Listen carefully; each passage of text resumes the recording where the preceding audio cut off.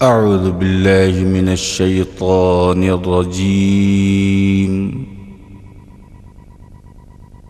بسم الله الرحمن الرحيم. ربنا يا ربنا ربنا يا ربنا ربنا يا ربنا ربنا يا ربنا ربنا يا ربنا ربنا يا ربنا ربنا يا ربنا.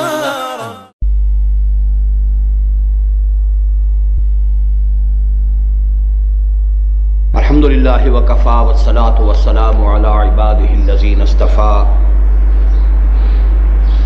خصوصا على أفضلهم وخاتم النبيين محمد الأمين وعلى آله وصحبه أجمعين.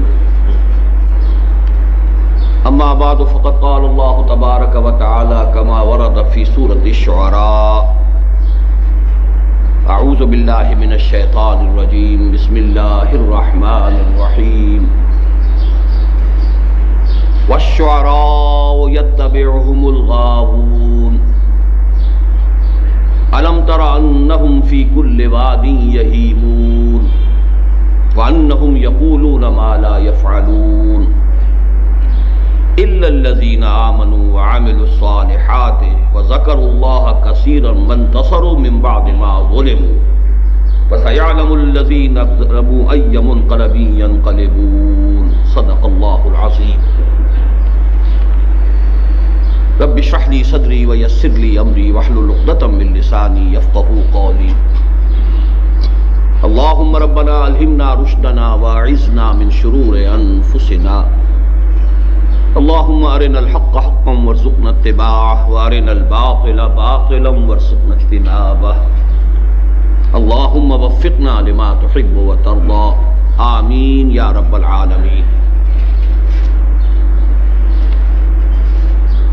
ہمارا آج کا جو موضوع ہے وہ بہت ہی غیر معمولی ہے.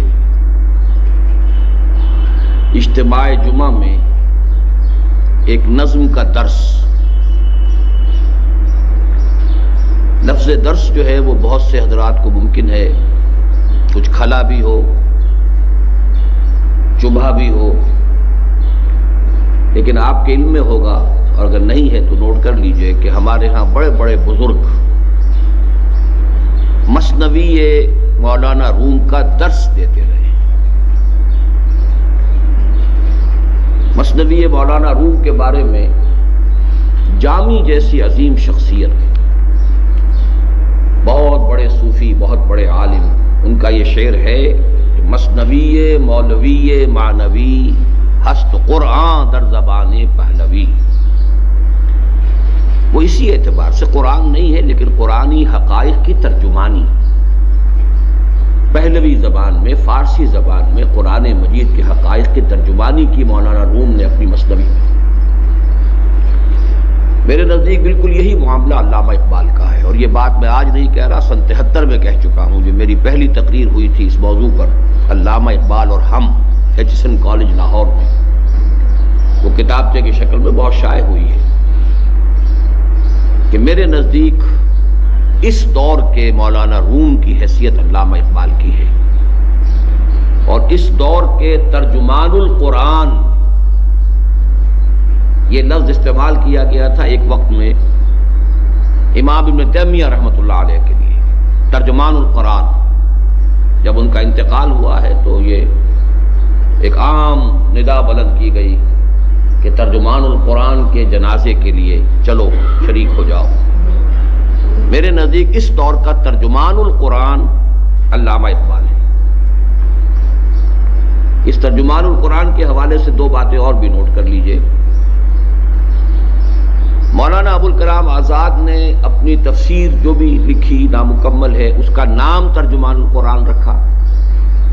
جلد اول، جلد دوم، جلد سوم کا کوئی مسودہ گم ہو گیا ہے، چونکہ یہ دور ان کا تھا خالص سیاسی اور جہاد حریت کا دور تھا. لیکن قرآن مجید سے جو شغف انہیں ہو گیا تھا اس ابتدائی دور میں، تو وہ کم سے کم علمی سطح پر بعد میں بھی باقی رہا ہے. عملی اعتبار سے وہ بالکل دوسرے رخ پر جا چکے تھے. لیکن پھر یہ کہ اس عملی اعتبار سے حزب اللہ کی جگہ جب مولانا مودودی نے جماعت اسلامی کے قیام کا بیڑا اٹھایا ہے تو انہوں نے اپنے رسالے کا نام ترجمان القرآن رکھا، اور جیسا کہ میں نے عرض کیا ہے میرے نزدیک ترجمان القرآن اپنی ذات اور شخصیت کے اعتبار سے علامہ اقبال ہے۔ چنانچہ عجیب بات ہے کہ ہمارے ہاں بھی ایک بڑے عظیم شاعر ہوئے ہیں فارسی کے، گرامی جلندری، انہوں نے وہی بات کہ جو مولانا جامی نے کہی تھی مثنوی مولوی مانوی کے بارے میں، تقریباً وہی بات کہی ہے گرامی نے علامہ اقبال کے بارے میں۔ در دیدہ مانی نگراں حضرت اقبال، پیغمبری کرد و پیمبر نتواں گفت،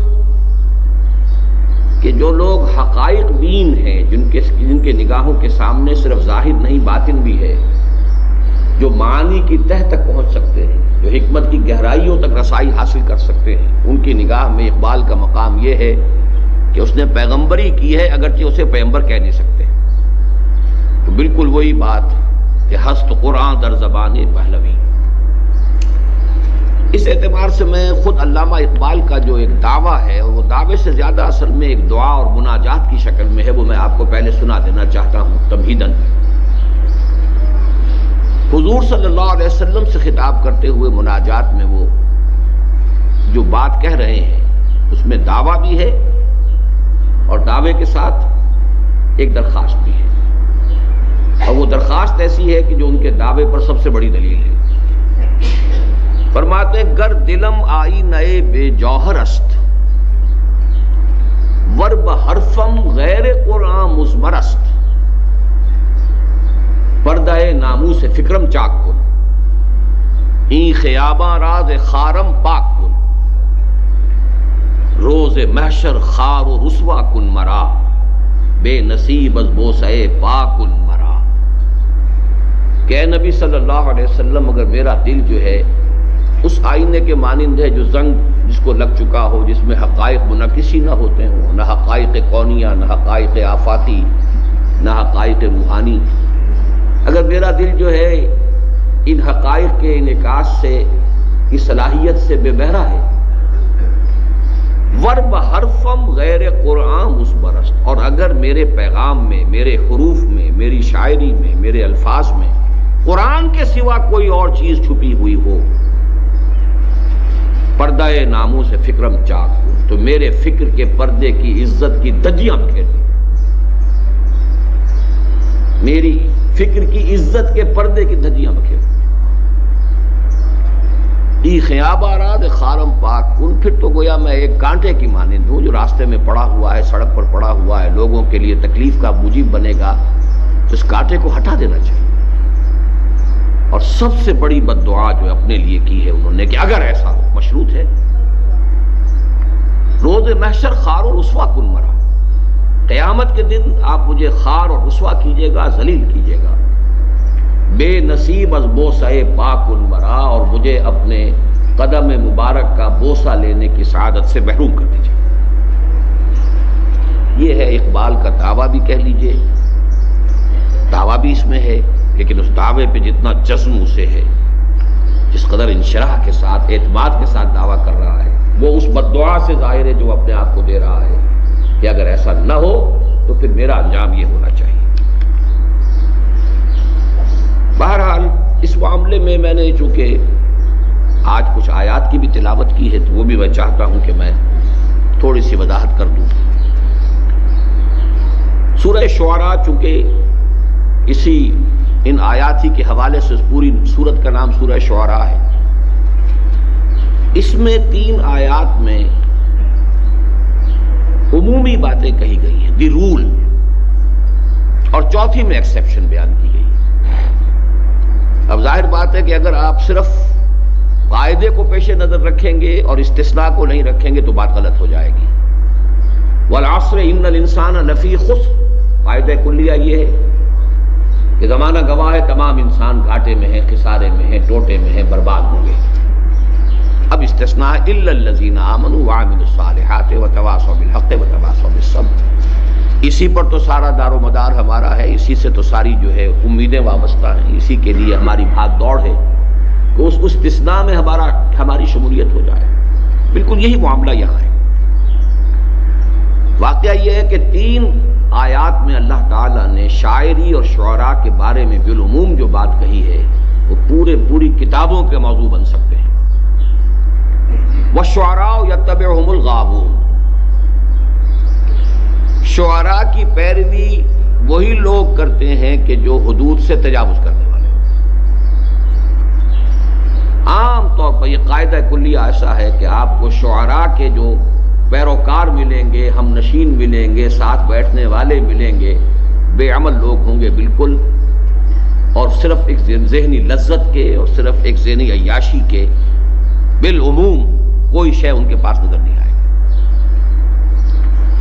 الم تر انہ فی کل وادی یہیمون، دوسری بات، کیا تم نے دیکھا نہیں کہ یہ شاعر لوگ ہر وادی کے اندر گھومتے پھرتے ہیں؟ اس لیے کہ شاعری کا تعلق ہے شعور سے، تخیل سے، انسان کے تصورات سے۔ تو تخیل اور تصور کی دنیا جو ہے وہ کوئی حدود کی پابند نہیں ہوتی، وہ تو کہیں سے کہیں پہنچ سکتا ہے تخیل۔ عمل کی زندگی میں آدمی کو قدم قدم چلنا پڑتا ہے۔ تو واقعہ یہ ہے کہ شاعر اور شاعروں کے متبعین کے ہاں آپ کو یہ نتیجہ نکلے گا کہ ان کے فکر اور ان کے عمل میں گیپ پیدا ہونا شروع ہو جائے گا، اس لیے کہ ان کا شعور پرواز کر رہا ہے۔ وہ جو اقبال نے خود کہا ہے غالب کے بارے میں، جس کو میں کہتا ہوں کہ اصل میں غالب سے زیادہ خود علامہ اقبال پر وہ بات راست آتی ہے کہ فکر انسان پر تیری ہستی سے یہ روشن ہوا ہے، پرے مرغ تخیل کی رسائی تا کجا۔ تخیل جو ہے وہ تو کہیں سے کہیں پہنچ سکتا ہے۔ تو تخیل میں جو انسان بہت بلند پرواز ہوگا، اب بڑا مشکل ہے کہ اسی درجے میں اس کی زمین کے اوپر بھی اس کی چال ڈھال بھی وہی ہو۔ تو ایک گیپ کا پیدا ہو جانا لازمی ہے ایک قاعدہ کلیہ کے اعتبار سے، اس لیے کہ وہ تو پھر ہر وادی میں جدھر بھی جا رہے ہیں ان کے فکر کی جولانی جو ہے اٹ نوز نو باؤنڈس، کوئی اس کے لیے حدود ہے ہی نہیں۔ نتیجہ کیا نکلتا ہے؟ وَأَنَّهُمْ يَقُولُونَ مَا لَا يَفْعَلُونَ، اور یہ کہ وہ کہتے ہیں جو کرتے نہیں ہیں۔ یہی قول و عمل کے اندر جو گیپ ہے، جو فرق ہے، جو خلیج حائل ہو جاتی ہے، یہی در حقیقت شاعری کے مزاج کے اندر گویا کہ فی نفسہ ہی داخل۔ اب اس سے استثناء ہے اِلَّا الَّذِينَ آمَنُوا وَعَمِلُوا الصَّالِحَاتِ، بڑی شدید محنت اور مشقت کرنی پڑے گی اگر کوئی شاعری کے میدان میں قدم بھی رکھے، اور پھر یہ کہ وہ ان 3 چیزوں سے بچنا بھی چاہتا ہو، ایمان اور اس کے ساتھ عمل صالح۔ اِلَّا الَّذِينَ آمَنُوا وَعَمِلُوا الصَّالِحَاتِ وَذَكَرُوا اللَّهَ كَثِيرًا، اور اللہ کی کثرت کے ساتھ ذکر، اللہ کی یاد، اللہ کا ذکر کثرت کے ساتھ۔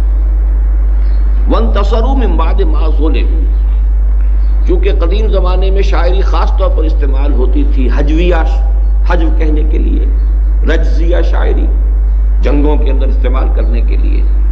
تو یہ جو تمام ہے دشمنوں کی حجو کرنا اور اپنے لیے رجز اور اپنی مدح، تو اس میں بھی کہا گیا کہ اس قسم کی چیز بھی اگر کہیں مظلوم استعمال کرے تو کوئی حرج نہیں ہے۔ وَانْتَصَرُوا مِن بَعْدِ مَا ظُلِمُوا، اگر ظلم کیا گیا ہو، جیسے کہ ایک اور جگہ بھی آیت فرمایا ہے، 6 پارے کی پہلی آیت ہے، لا يحب اللہ الجہر بالسوء الا من ظلم، بلند آواز سے کوئی بری بات کہنا اللہ کو بالکل پسند نہیں ہے، سوائے اس کے جس پر ظلم ہوا۔ مظلوم کے دل سے جو ہے کوئی اگر وہ آہ اٹھی ہے اور اس نے کوئی جلے بھنے الفاظ کی شکل اختیار کر لی ہے، کوئی نازیبا الفاظ اس کی زبان سے نکل گئے ہیں، تو اللہ کنڈول کرے گا، معاف کر دے گا، لیکن مظلوم ہے، اس کا دل دکھا ہوا ہے۔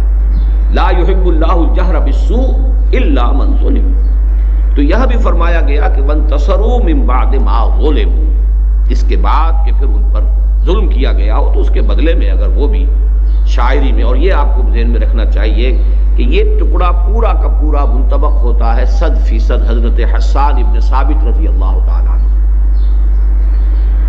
وہ گویا کہ دربار نبوی کے شاعر تھے، اور جو بھی مشرک شعراء حضور کی حجو میں اشعار کہتے تھے، حضور کی مذمت میں کہتے تھے، تو اس کا جواب پھر حضرت حسان ابن ثابت دیا کرتے تھے، اور ظاہر بات ہے صحابی تھے، ان کا جہاں تک ایمان کا تعلق ہے بھی کسی شک و شبے سے بالا تر ہے، بلکہ یہ کہ امت میں سے کسی کا بھی بعد میں ایمان جو ہے کسی ادنا سے ادنا صحابی کے ایمان کا بھی ہم پلہ نہیں ہو سکتا، یہ ہمارا اجماعی عقیدہ ہے۔ عمل کا ایک پہلو ان کے ہاں کمزور تھا، یعنی یہ قاعدہ کلیہ میں آپ کو بتا دینا چاہتا ہوں، لیکن اسے عمل کا پہلو نہیں کہیں گے، مزاج کا پہلو کہیں گے، اور وہ یہ تھا کہ ان میں مرد میدان ہونے کا وصف نہیں تھا۔ یہ قاعدہ کلیہ ان میں بھی پورا جو ہے وہ منطبق ہوتا، جنگ کے میدان کے آدمی نہیں تھے۔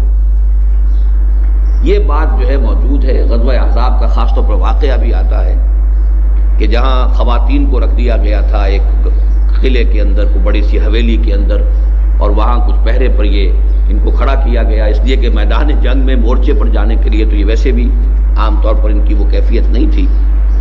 اب وہاں ایسا ہوا کہ حضرت صفیہ رضی اللہ تعالی عنہ حضور کی پھوپھی، انہوں نے دیکھا کہ مشکوک حالت میں ایک یہودی آ رہا ہے، اس کے حرکات و سکنات جو ہیں وہ مشکوک ہیں، تو انہوں نے کہا حسان ذرا اس کی خبر لو، تو انہوں نے کہا کہ یہ کام تو میرا اگر ہوتا تو میں وہاں نہ پہنچا ہوتا۔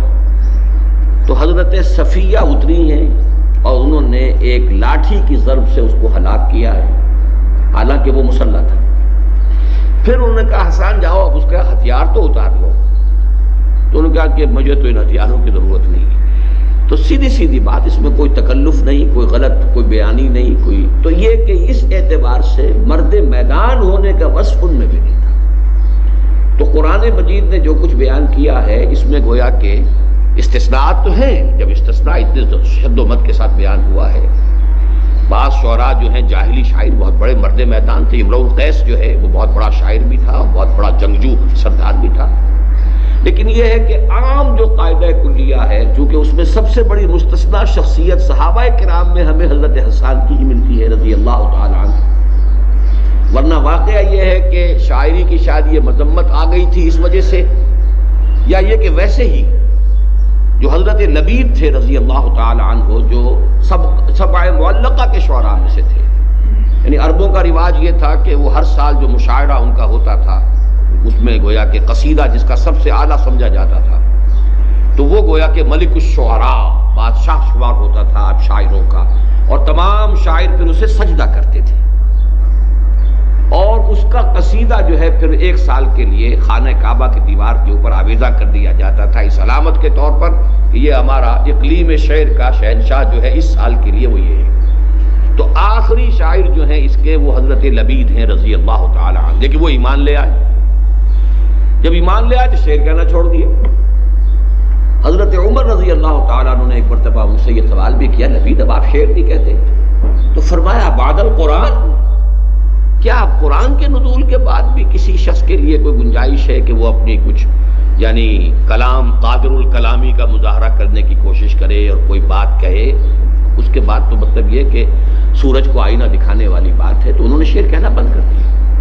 تو بہرحال ہمارے ہاں تو شعراء میں سے جن کا تذکرہ آتا ہے، ویسے حضرت خنسا تھی رضی اللہ تعالی عنہا، خنسا العرب بہت بڑی شاعرہ تھی، مرد شعراء بھی ان سے جو ہے اصلاح لیا کرتے تھے، انہوں نے غالباً 7 بیٹے ہیں یکے بعد دیگرے جو جہاد فی سبیل اللہ میں اپنے نظر کیے ہیں اللہ کے، اور جام شہادت نوش کیا۔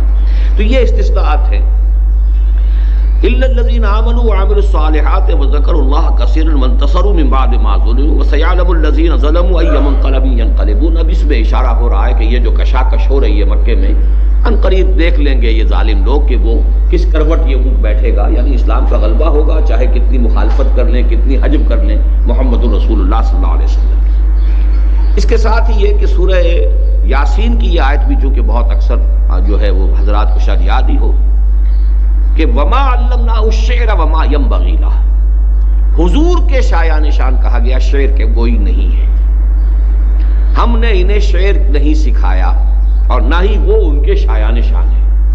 اس اعتبار سے بھی شعر گوئی گویا کہ کوئی بہت اعلیٰ اشیاء میں سے، اعلیٰ دلچسپیوں میں سے ادرو قرآن شمار نہیں ہوتی، اگرچہ اس میں بھی ایک پہلو یہ کہا جا سکتا ہے کہ حضور کو تو دنیاوی تعلیم بھی اللہ نے نہیں دی، تو کیا دنیاوی تعلیم بھی اس وجہ سے، لیکن یہاں پر لفظ آیا ہے خاص طور پر، وہاں یہ نہیں ہے، وہاں تو یہ ہے علامہ بالقلم، لیکن حضور کا معاملہ ہے کہ ایک معجزے کی شکل میں چونکہ آپ کے پوری شخصیت کو رکھنا تھا کہ تمہارے دنیاوی اعتبارات سے کوئی انہوں نے کبھی تعلیم حاصل نہیں کی ہے، لیکن ان کے علم کا، حکمت کا، ان کے فہم کا، ان کی فصاحت کا، ان کی بلاغت کا، اس کا تو اندازہ کر لو، تو یہ خود اپنی جگہ معجزہ ہے۔ تو اسی طریقے سے معاملہ یہاں اس کے برعکس ہے، وما ينبغي له، شعر گوئی جو ہے آپ کے مناسب نہیں ہے۔ آپ کو اچھے شعر پسند ہوتے تھے، آپ پڑھتے بھی تھے، کوٹ بھی کرتے تھے، آپ کا یہ بھی ہے ان من الشعر لحکمۃ وان من البیان لسحرا، یہ بھی آپ کا قول مبارک ہے۔ بہت سے اشعار میں بڑی حکمت ہوتی ہے اور بہت سی تقریریں جادو کا سا اثر رکھتی ہیں، یہ بھی آپ کا فرمان ہے۔ لیکن یہ ہے کہ خود آپ کو اللہ نے طبیعت کی مناسبت بھی عطا نہیں فرمائی تھی، چنانچہ آپ اگر شعر پڑھتے بھی تھے تو آپ نے بہت سے لوگوں کو دیکھا ہوگا کہ شعر یاد انہیں بہت ہیں، کوٹ کرتے ہیں، لیکن کہیں نہ کہیں سکتہ کر جاتے ہیں، نہ وزن ٹھیک رہتا ہے، غلط پڑھتے ہیں۔ خود حضور کا معاملہ بھی یہ تھا۔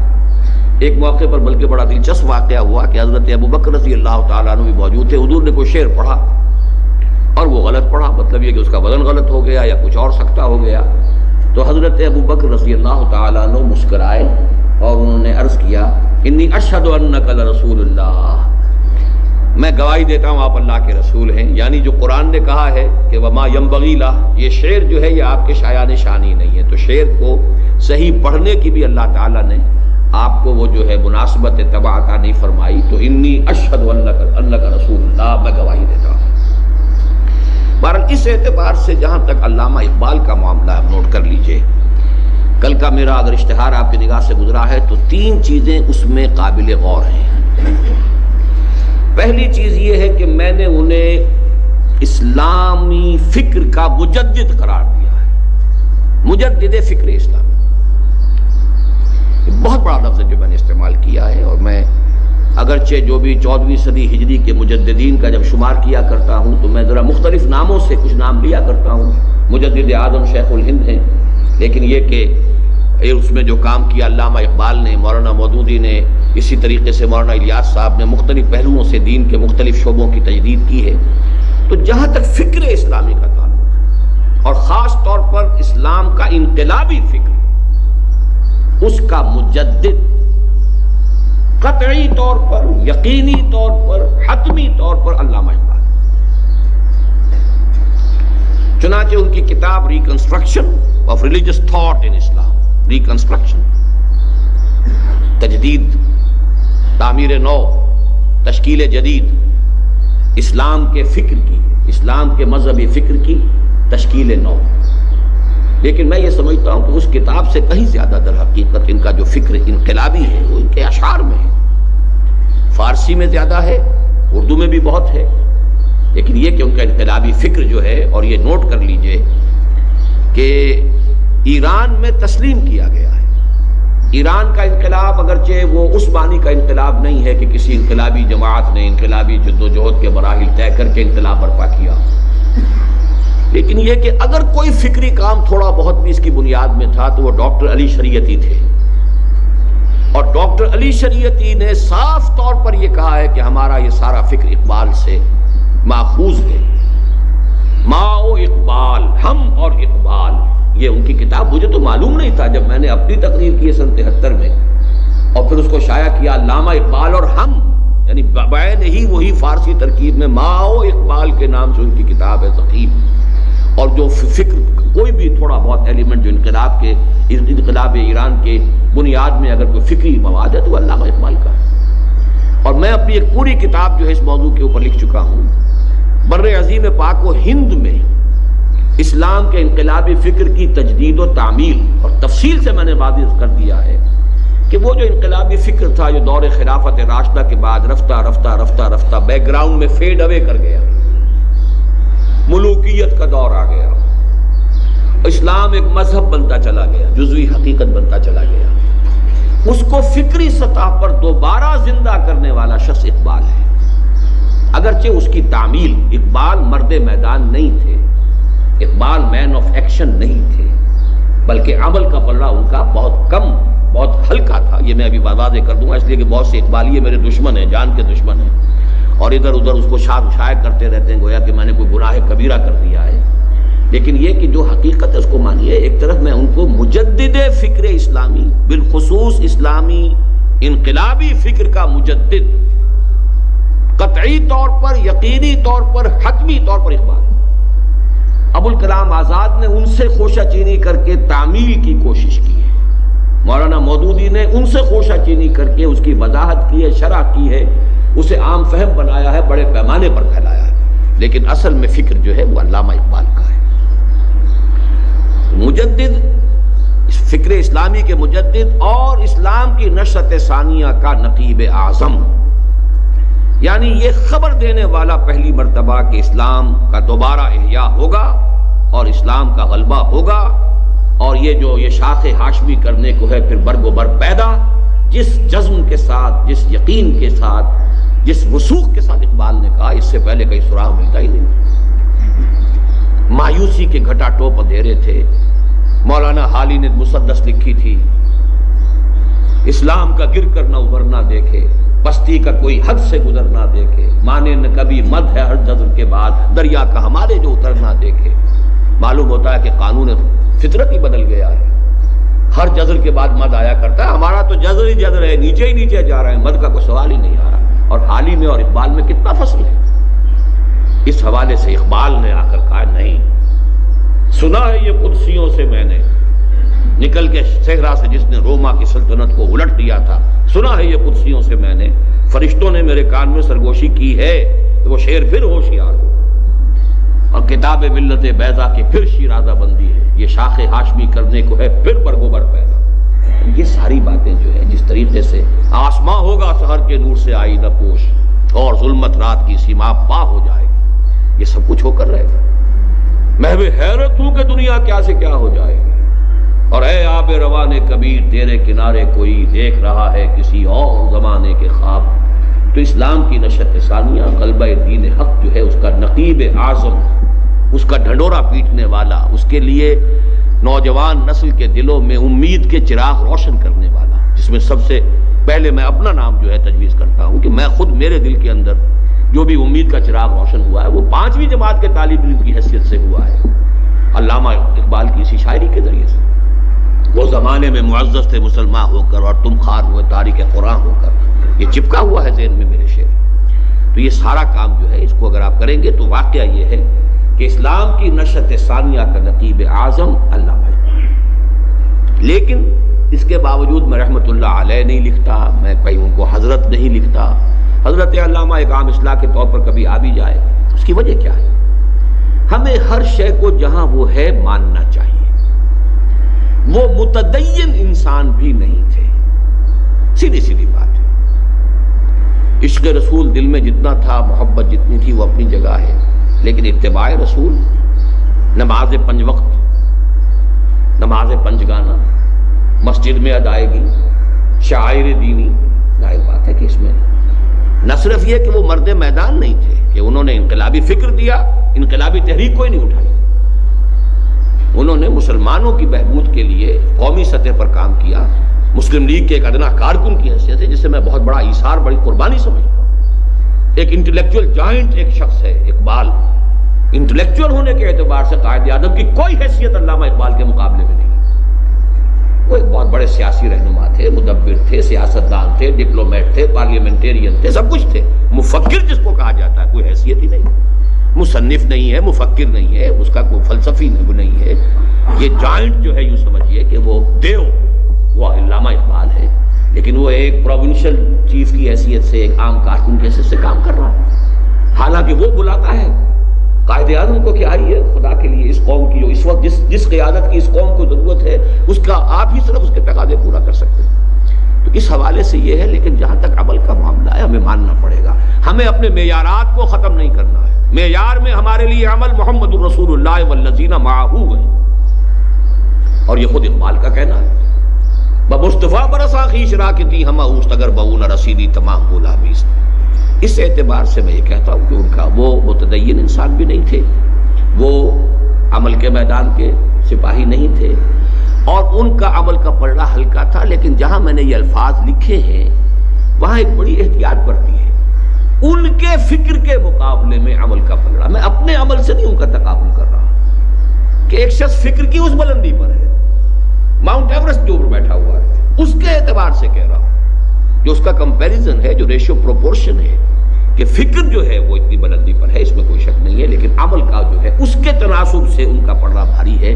اسی لیے میں جو لفظ اپنے والد کے لیے استعمال کرتا ہوں مرحوم، وہی لفظ ان کے لیے استعمال کرتا ہوں۔ بہرحال آج جو ہے ہم ان کی جو یہ نظم پڑھ رہے ہیں، اب اس نظم کا ذرا تھوڑا سا تاریخی پس منظر بھی سمجھ لیجیے۔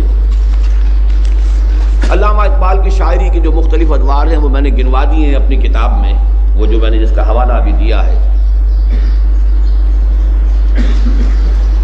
بر عظیم پاک و ہند میں اسلام کے انقلاب فکر کی تجدید و تعمیل۔ لیکن اس وقت صرف یہ کہنا ہے کہ علامہ اقبال کی شاعری میں جو غزل کا دور تھا وہ سن 1894 سے 1934 تک ہے، اس کے بعد وہ ختم ہو گیا۔ 1935 سے اپنے وفات تک یا 1938 تک انہوں نے کوئی غزل نہیں، وہی ان کا کلام ہے کہ جو ارمغان حجاز میں چھپا ہے، اور وہ ارمغان حجاز چھپی ہے ان کے انتقال کے بعد، اس لیے کہ آخری دور کی یہ نظمیں تھیں، اور یہ نظم سن 36 کی ہے۔ اس دور میں جو نظمیں آپ نے لکھی ہیں، جیسا کہ میں نے عرض کیا، غزل والا معاملہ تو بالکل چھوڑ چکے تھے، ختم۔ اس سے پہلے غزلیں انہوں نے کہی ہیں، بہت اونچی کہی ہیں، بہت دینی بھی کہی ہیں، روحانی بھی کہی ہیں۔ اس سے بالکل ابتدائی دور میں وہ عام طور پر گل و بلبل کی شاعری بھی ہوئی ہے، وہ سب کچھ ہوا ہے۔ لیکن یہ ہے کہ میں صرف ان 3 سالوں کے بارے میں یا 4 سالوں کے بارے میں 34 سے 38 تک غزل کا کوئی سراغ ہی نہیں۔ نظم میں بھی خاص ان کا مزاج بن گیا تھا تمثیل کا، مکالمہ، تمثیل، ڈرامائی انداز، اس لیے کہ کسی پیغام کو پہنچانے کا یہ سب سے زیادہ مؤثر ذریعہ ہوتا ہے۔ انگریزی ادب میں ملٹن کا بہت اونچا مقام ہے اور اس نے اسی صنف کو استعمال کیا ہے۔ افلاطون نے سب سے پہلے ریپبلک نامی جو کتاب لکھی تھی، اس میں اس نے اسی اسلوب کو اختیار کیا تھا۔ اور ہمارے ہاں تصوف کی ایک بہت اونچی کتاب ہے منطق الطیر، فرید الدین عطار رحمت اللہ علیہ کی، وہ بھی اسی طریقے سے مکالمے کی شکل میں ہے۔ تو یہ مکالمہ ہے، ایک مجلس شورا ہے، ابلیس اس کا صدر ہے اور وہی اس کا گویا کہ بادشاہ ہے اس اقلیم کا، اور اس کے کچھ مشیر ہیں، اور ان کے درمیان ایک گفتگو کی شکل میں علامہ اقبال نے اپنے عمرانی سوچ، اسلامی فکر اور ملت اسلامیہ کے نام اپنے پیغام کا نچوڑ اور خلاصہ دے دیا۔ ویسے بھی قاعدہ ہے یہ کہ شاعر یا مفکر جو ہوتا ہے، اس کے جو آخری سوچ کا نتیجہ تو اس کے آخری دور کی چیزوں میں ہی آئے گا نا۔ ابتدا میں تو سوچ جو ہے بدل رہی ہے، جیسے کہ خود علامہ اقبال سے جب ایک مرتبہ کہا گیا کہ کسی زمانے میں تو آپ غلام احمد قادیانی کی بہت تعریف کرتے تھے، اب آپ قادیانیت کو کفر کہہ رہے ہیں، تو انہوں نے جواب دیا only stones do not change۔ انسانی ذہن، انسانی رائے بدلتی ہے، معلومات کا اضافہ ہوتا ہے، کچھ اور چیزیں علم میں آتی ہیں، پہلے وہ چیزیں علم میں نہیں تھیں۔ پتھر ہیں جھونکے تو رہتے ہیں، انسانی ذہن پتھر کی طرح تو نہیں ہے۔ only stones do not change، پتھر نہیں بدلا کرتے، لیکن انسانی رائے، انسانی ذہن بدلتا ہے۔ اس وقت میری وہ رائے تھی، اب میری رائے یہ، اس کا ذکر آ بھی جائے گا اس نظم کے اندر۔ تو بہرحال اقبال کے تھاٹ کا کلائمیکس، یا جس کو ہم یہ کہتے ہیں کہ پچھلے زمانے میں ہمارے بزرگوں کا ایک طریقہ تھا، وصیت لکھواتے تھے، وصایا، جو شیخ عبد القادر جیلانی رحمۃ اللہ علیہ کے وصایا بہت مشہور ہیں، شاہ ولی اللہ دہلوی کے وصایا، ہر بزرگ آدمی جو ہے وہ گویا کہ اپنے آخری وقت میں آ کر اپنی اگلی نسل کے لیے چھوڑتا تھا کہ بھائی میری پوری عمر کی سوچ، میرے غور و فکر کا حاصل، آخری جس جگہ میں کھڑا ہوں وہ یہ ہے۔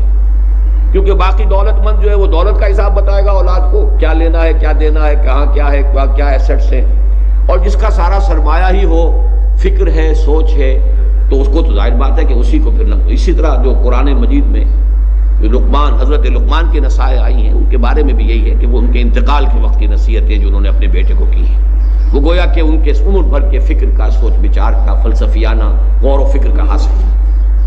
تو اس کو ہم کہہ سکتے ہیں کہ علامہ اقبال کا کی یہ وصایا ہے، یہ ان کی وصیت ہے امت مسلمہ کے نام۔ یہ عناصر کا پرانا کھیل، یہ دنیائے دوں، یہ یوں سمجھئے کہ ابلیس صاحب جو ہے اپنی اس مجلس شورا کا جو اجلاس ہو رہا ہے، اس کا انوگرل ایڈریس یہ ہے، یہ چند اشعار جو ہیں اس کے پہلے بند میں، یہ اس کا افتتاحی جو ہے خطاب ہے اپنی مجلس شورا سے۔ یہ عناصر کا پرانا کھیل یہ دنیا دوں.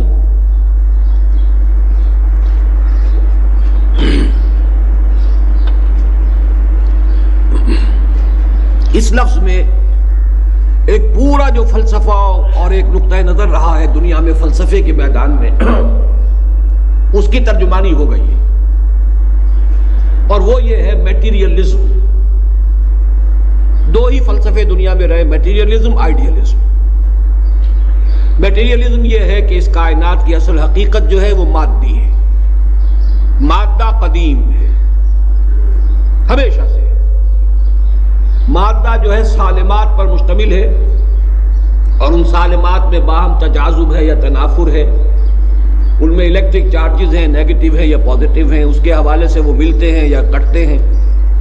پھر کمپاؤنڈز بنتے ہیں، اس کے فزیکل چینجز اور کیمیکل چینجز کے قوانین ہیں. اس سے کائنات چل رہی ہے. یہ سارا عناصر کا پرانا کھیل قدیم ہے، یہ ہمیشہ سے چلا رہا ہے. یہ عناصر کا پرانا کھیل. چنانچہ پروفیسر یوسف سلیم چشتی صاحب، کیونکہ وہ فلسفے کے بڑے طالب علم رہے ہیں، انہوں نے بڑی تفصیل اس مقام پر بیان کی ہے. ہندوستان کے 6 بڑے فلسفے تھے، جن میں سے 2 جو ہیں 2 درشن خالص میٹیریلسٹک ہیں، سانکھ درشن اور چارواک. جین مت، بدھ مت خالص میٹیریلسٹک ہے. پھر یہ کہ اس کے بعد دہریت اور مادیت اور لاجیکل پازیٹیوزم اور میٹیریلزم اور امپیریسزم اور بے شمار ناموں سے وہ ایک ہی شراب ہے جو مختلف اس کے برانڈ نیمز ہیں. یہ عناصر کا پرانا کھیل، یہ دنیا دوں. یہ دنیا بڑی پست ہے. یہ دنیا کیوں؟ اس لیے کہ قرآن مجید بھی کہتا ہے کہ ابلیس جن ہے، اور جنوں کی پیدائش جو ہوئی ہے وہ آگ سے ہوئی ہے. وہ ایک اعلیٰ تر لطیف تر شے ہے. اور یہ جو مخلوقات اس وقت ہمیں نظر آ رہی ہیں زمین پر، یہ سب خاکی الاصل ہیں. انسان بھی خاکی الاصل ہے. تو دنیا دوں بڑی نفرت کے ساتھ کہہ رہا ہے یہ حقیر سی دنیا، گھٹیا دنیا. ساکنان عرش اعظم کی تمناؤں کا خون.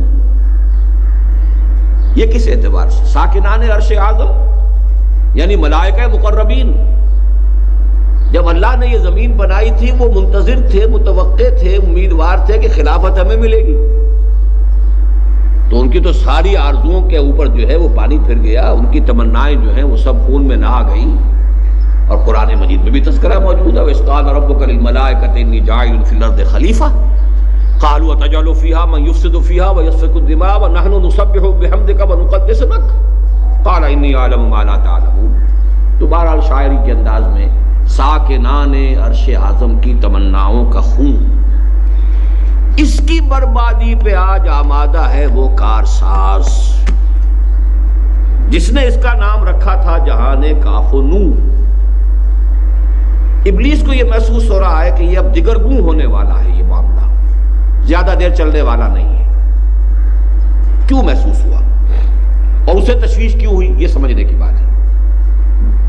محسوس تو اس اعتبار سے بھی ہو سکتا ہے، تاریخی اعتبار سے، کہ جنگ عظیم اول ہو چکی تھی اور کروڑوں انسان قتل ہوئے تھے. تاریخ انسانی میں وہ جنگ عظیم اول بہت بڑا حادثہ تھا. اور جنگ عظیم دوم کے بادل جو ہے وہ لہرا رہے تھے اور وہ جو ہے پوری فضا کے اوپر تنی کھڑی ہوئی تھی. تو بہت بڑی ڈسٹرکشن اور بہت بڑی تباہی جو ہے وہ آیا چاہتی. یہ بھی ابلیس کو محسوس ہو گیا ہوگا کہ اب قیامت جو ہے قریب ہے، اور ظاہر بات ہے قیامت کے ساتھ ہی اس کی اپنی مہلت بھی ختم ہو جائے گی. یہ تو اس کی اپنی جان کا مسئلہ بھی ہے نا. الی یوم یبعثون، اس کو جو مہلت ملی ہوئی ہے شرارتیں کرنے کی اور جو بھی اس کے پاس جو آزادی عمل ہے، اللہ نے اسے چھوٹ دے رکھی ہے. انک من المنذرین، جاؤ تمہیں پوری چھوٹ ہے، جو چاہو کر لو. میرے انسانوں کو جس طرح چاہو گمراہ کرو، جس طرح چاہو انہیں ورغلاؤ، جس طرح چاہو انہیں امیدوں میں اور کہ سبز باغ دکھاؤ، اس کے اندر ان کو جس طرح چاہو جو ہے وہ تم ورغلانے کی کوشش کرو. تو اب معلوم ہوتا ہے کہ یہ اب محسوس ہو رہا ہے کہ یہ ڈرامہ اب خاتمے کے قریب ہے، اور ڈرامہ خاتمے کے قریب ہے تو اپنی چودراہٹ خاتمے کے قریب ہے. تو مختلف اعتبارات سے اس کی بربادی پہ آج آمادہ ہے وہ کارساز جس نے اس کا نام رکھا تھا جہان کاف و نور. کن، کیونکہ یہ سارا کائنات کی جو تخلیق ہوئی ہے یہ اللہ تعالیٰ کے امر کن سے ہوئی. اب اس کے بعد وہ اپنی لافزنی کر رہا ہے کہ میں نے اس دنیا میں شر کو پھیلانے کے لیے کیا کیا طریقے اختیار کیے ہیں. میں نے بڑی محنت کی ہے، میری اتنی طویل عرصے کی محنت جو ہے وہ ایٹ سٹیک ہے. وہ جس کو کہا جاتا ہے کہ گارڈ اپ یور لائنس، اب اپنی ذرا کمر کس لو، اپنے جو ہے پوری طریقے سے تیار ہو جاؤ، اس لیے کہ اب ہمارے لیے بہت بڑا چیلنج آ رہا ہے. میں نے دکھلایا فرنگی کو ملوکیت کا خواب. یہ وہ کلونیلزم کا جو سیلاب آیا تھا کہ میں نے ان کو ملوکیت کا، کلونیلزم کا خواب دکھایا کہ پوری دنیا کے اندر یہ پھیل گئے اور من کل حدب ینسلون، کسی کیفیت کے اندر جو ہے وہ چلے آئے اور انہوں نے پوری دنیا کے اندر جو ہے اپنے استعمار کی بساط بچھا دی. میں نے توڑا مسجد و دیر و کلیسا کا فسون. اس کلونیلزم کے ساتھ جو چیز آئی ہے وہ سیکولرزم ہے کہ مذہب کا کوئی عمل دخل جو ہے وہ عبادت گاہوں سے باہر نہ ہو. وہ جو میں کئی تقریروں میں بیان کر چکا ہوں کہ خدا کو گویا کہ پابند کر دیا گیا، محصور کر دیا گیا، قید کر دیا گیا، اسیر کر دیا گیا عبادت گاہوں. وہ خدا کا جو بھی تصور ہو، اللہ ہے تو رہے مسجد میں، اور کوئی رام ہے یا پرماتما ہے، کوئی اور ہے تو رہے مندر میں، کوئی دیوتا ہے تو وہاں رہے، اور کوئی اور ہے تو کہیں رہے. لیکن یہ کہ اس سے باہر نہ مارکیٹ اور منڈی سے کوئی سروکار، نہ پارلیمنٹ اور عدالت سے کوئی سروکار، نہ انتظامیہ سے کوئی سروکار. تو میں نے توڑا مسجد و دیر و کلیسا کا فسون، اس کا جو ہولڈ تھا. میں نے ناداروں کو سکھلایا سبق تقدیر کا. نادار، کاشتکار، تقدیر، تنبے تقدیر، جاگیردار جو چاہے کر جائے، بچیوں کی عصمت دری کر جائے، بیویوں کو اٹھوا لے، جو چاہے کروا لے، جانور کھلوا لے، کیا کرے، تقدیر ہے. ہماری تقدیر یہ گویا کہ نرم چارہ بنا دیا نوع انسانی کو ظالموں کے لیے اس تقدیر کے غلط تصور سے. میں نے ناداروں کو سکھلایا سبق تقدیر کا، اور میں نے منعم کو یا منعم کو دیا سرمایہ داری کا جنون. یہ منعم انعام سے بنے گا اس میں فاعل، نعمت دینے والا. یعنی فرض کیجئے کوئی شخص پہلے خیرات کر رہا تھا، صدقہ کر رہا تھا، لوگوں میں بانٹ رہا تھا دولت، تو میں نے اس کو یہ سبق پڑھایا، یہ پٹی پڑھائی، دولت رکھو اپنے پاس، سنبھال کر رکھو، پاگل ہو گئے ہو، دماغ خراب ہو گیا ہے، جمع کرو اس کو. اور منعم بھی ہم اس کو کہہ سکتے ہیں جس کو اللہ نے نعمت دی ہو، وہ اس میں مفعول ہو جائے گا کہ میں نے، اللہ نے جس چیز کو بھی کوئی نعمتیں دی تھی، دولت دی تھی، تو میں نے اس کو سرمایہ داری کا جنون جو ہے میں نے اس کو اس کے اوپر مسلط کر دیا کہ اس کو سید کر رکھے. جمع فاوعا، جیسے کہ آیا ہے سورہ معارج میں، جمع فاوعا. اب اس نے جمع کیا اور بڑی حفاظت کے ساتھ رکھ لیا کہ یہ بات دے رہا ہے، اس کو ہوا نہ لگے. تو یہ 4 کارنامے ابلیس نے اپنے گنوائے. نوٹ کیجئے اس کو. ملوکیت، گویا کہ اقبال کے نزدیک ابلیسیت کے سب سے بڑے 4 مظاہر جو ہیں وہ یہ 4 ہیں. ملوکیت. نمبر 2 سیکولرزم، جدا ہو دی سیاست سے تو رہ جاتی ہے چنگیزی. نمبر 3 تقدیر کا غلط تصور، جو انسان کو عمل اور جد و جہد سے جو ہے عمل سے فارغ ہوا مسلمان بنا کے تقدیر کا بہانہ. یہ تیسری ابلیسیت ہے. اور چوتھی ابلیسیت سرمایہ داری ہے. اب اس پر وہ لافزنی کر رہا ہے. کون کر سکتا ہے اس کی آتش سوزاں کو سرد؟ اب خطرہ محسوس کر رہا ہے کہ اب یہ بساط الٹنے والی ہے. یہاں وہ نوٹ کیجئے اقبال نے جو ایک اور جگہ پر جو 2 اشعار کہے ہیں کہ دنیا کو ہے پھر مار کے روح و بدن پیش، تہذیب نے پھر اپنے درندوں کو ابھارا، اللہ کو پامر دیے مومن پہ بھروسہ، ابلیس کو یورپ کی مشینوں کا سہارا. تو یہ جو ایک کرائسس آنے والا ہے، حق و باطل کی جنگ جو ہے ستیزہ کار رہا ہے ازل سے تا امروز، چراغ مصطفی سے شرار بولہبی. اس کا آخری ایکٹ آنے والا ہے، آخری سین آنے والا ہے، ڈراپ سین ہونے والا ہے. تو وہ خطرہ بھی محسوس کر رہا ہے، لیکن یہ کہ اپنی لافزنی سے تاکہ ساتھیوں کے دل بیٹھ نہ جائیں. آخر یہ کہ انکریج تو کرنا پڑتا ہے، ہمت بھی بنانی پڑتی ہے. گھبراؤ نہیں ہے، چیلنج ہے، بڑا ہے، لیکن فکر نہ کرو. کون کر سکتا ہے اس کی آتش سوزاں کو سرد؟ جس کے ہنگاموں میں ہو ابلیس کا سودے دروں، جس کی شاخیں ہو ہماری آبیاری سے بلند. کون کر سکتا ہے اس نخل کہن کو سرنگوں؟ ان میں کوئی چیز وضاحت طلب نہیں ہے. اب پہلا مشیر جو ہے وہ ذرا زبان کھولتا ہے. اس میں کیا شک ہے کہ محکم ہے یہ ابلیسی نظام؟ بات صحیح ہے، آپ نے جو فرمایا ہے کہ یہ 4 چیزیں جو ہے یہ بڑا محکم نظام کی حیثیت سے پوری نوع انسانی کو جکڑے ہوئے ہیں. پختہ تر اس سے ہوئے غلامی میں عوام. ملوکیت کے مقابلے میں اب غلامی آ رہی ہے، کیونکہ پہلا تو یہی تھا، میں نے دکھلایا فرنگی کو ملوکیت کا خواب. نتیجہ یہ ہو چکا ہے کہ اب جو ہے عوام وہ خوئے غلامی میں پختہ ہو چکے ہیں. ان کے اندر وہ ارج ہی نہیں رہی، آزادی کا خیال ہی نہیں رہا. جیسے ہم پورے پکے ہو چکے ہیں امریکہ کے گھڑی کی مچھلی.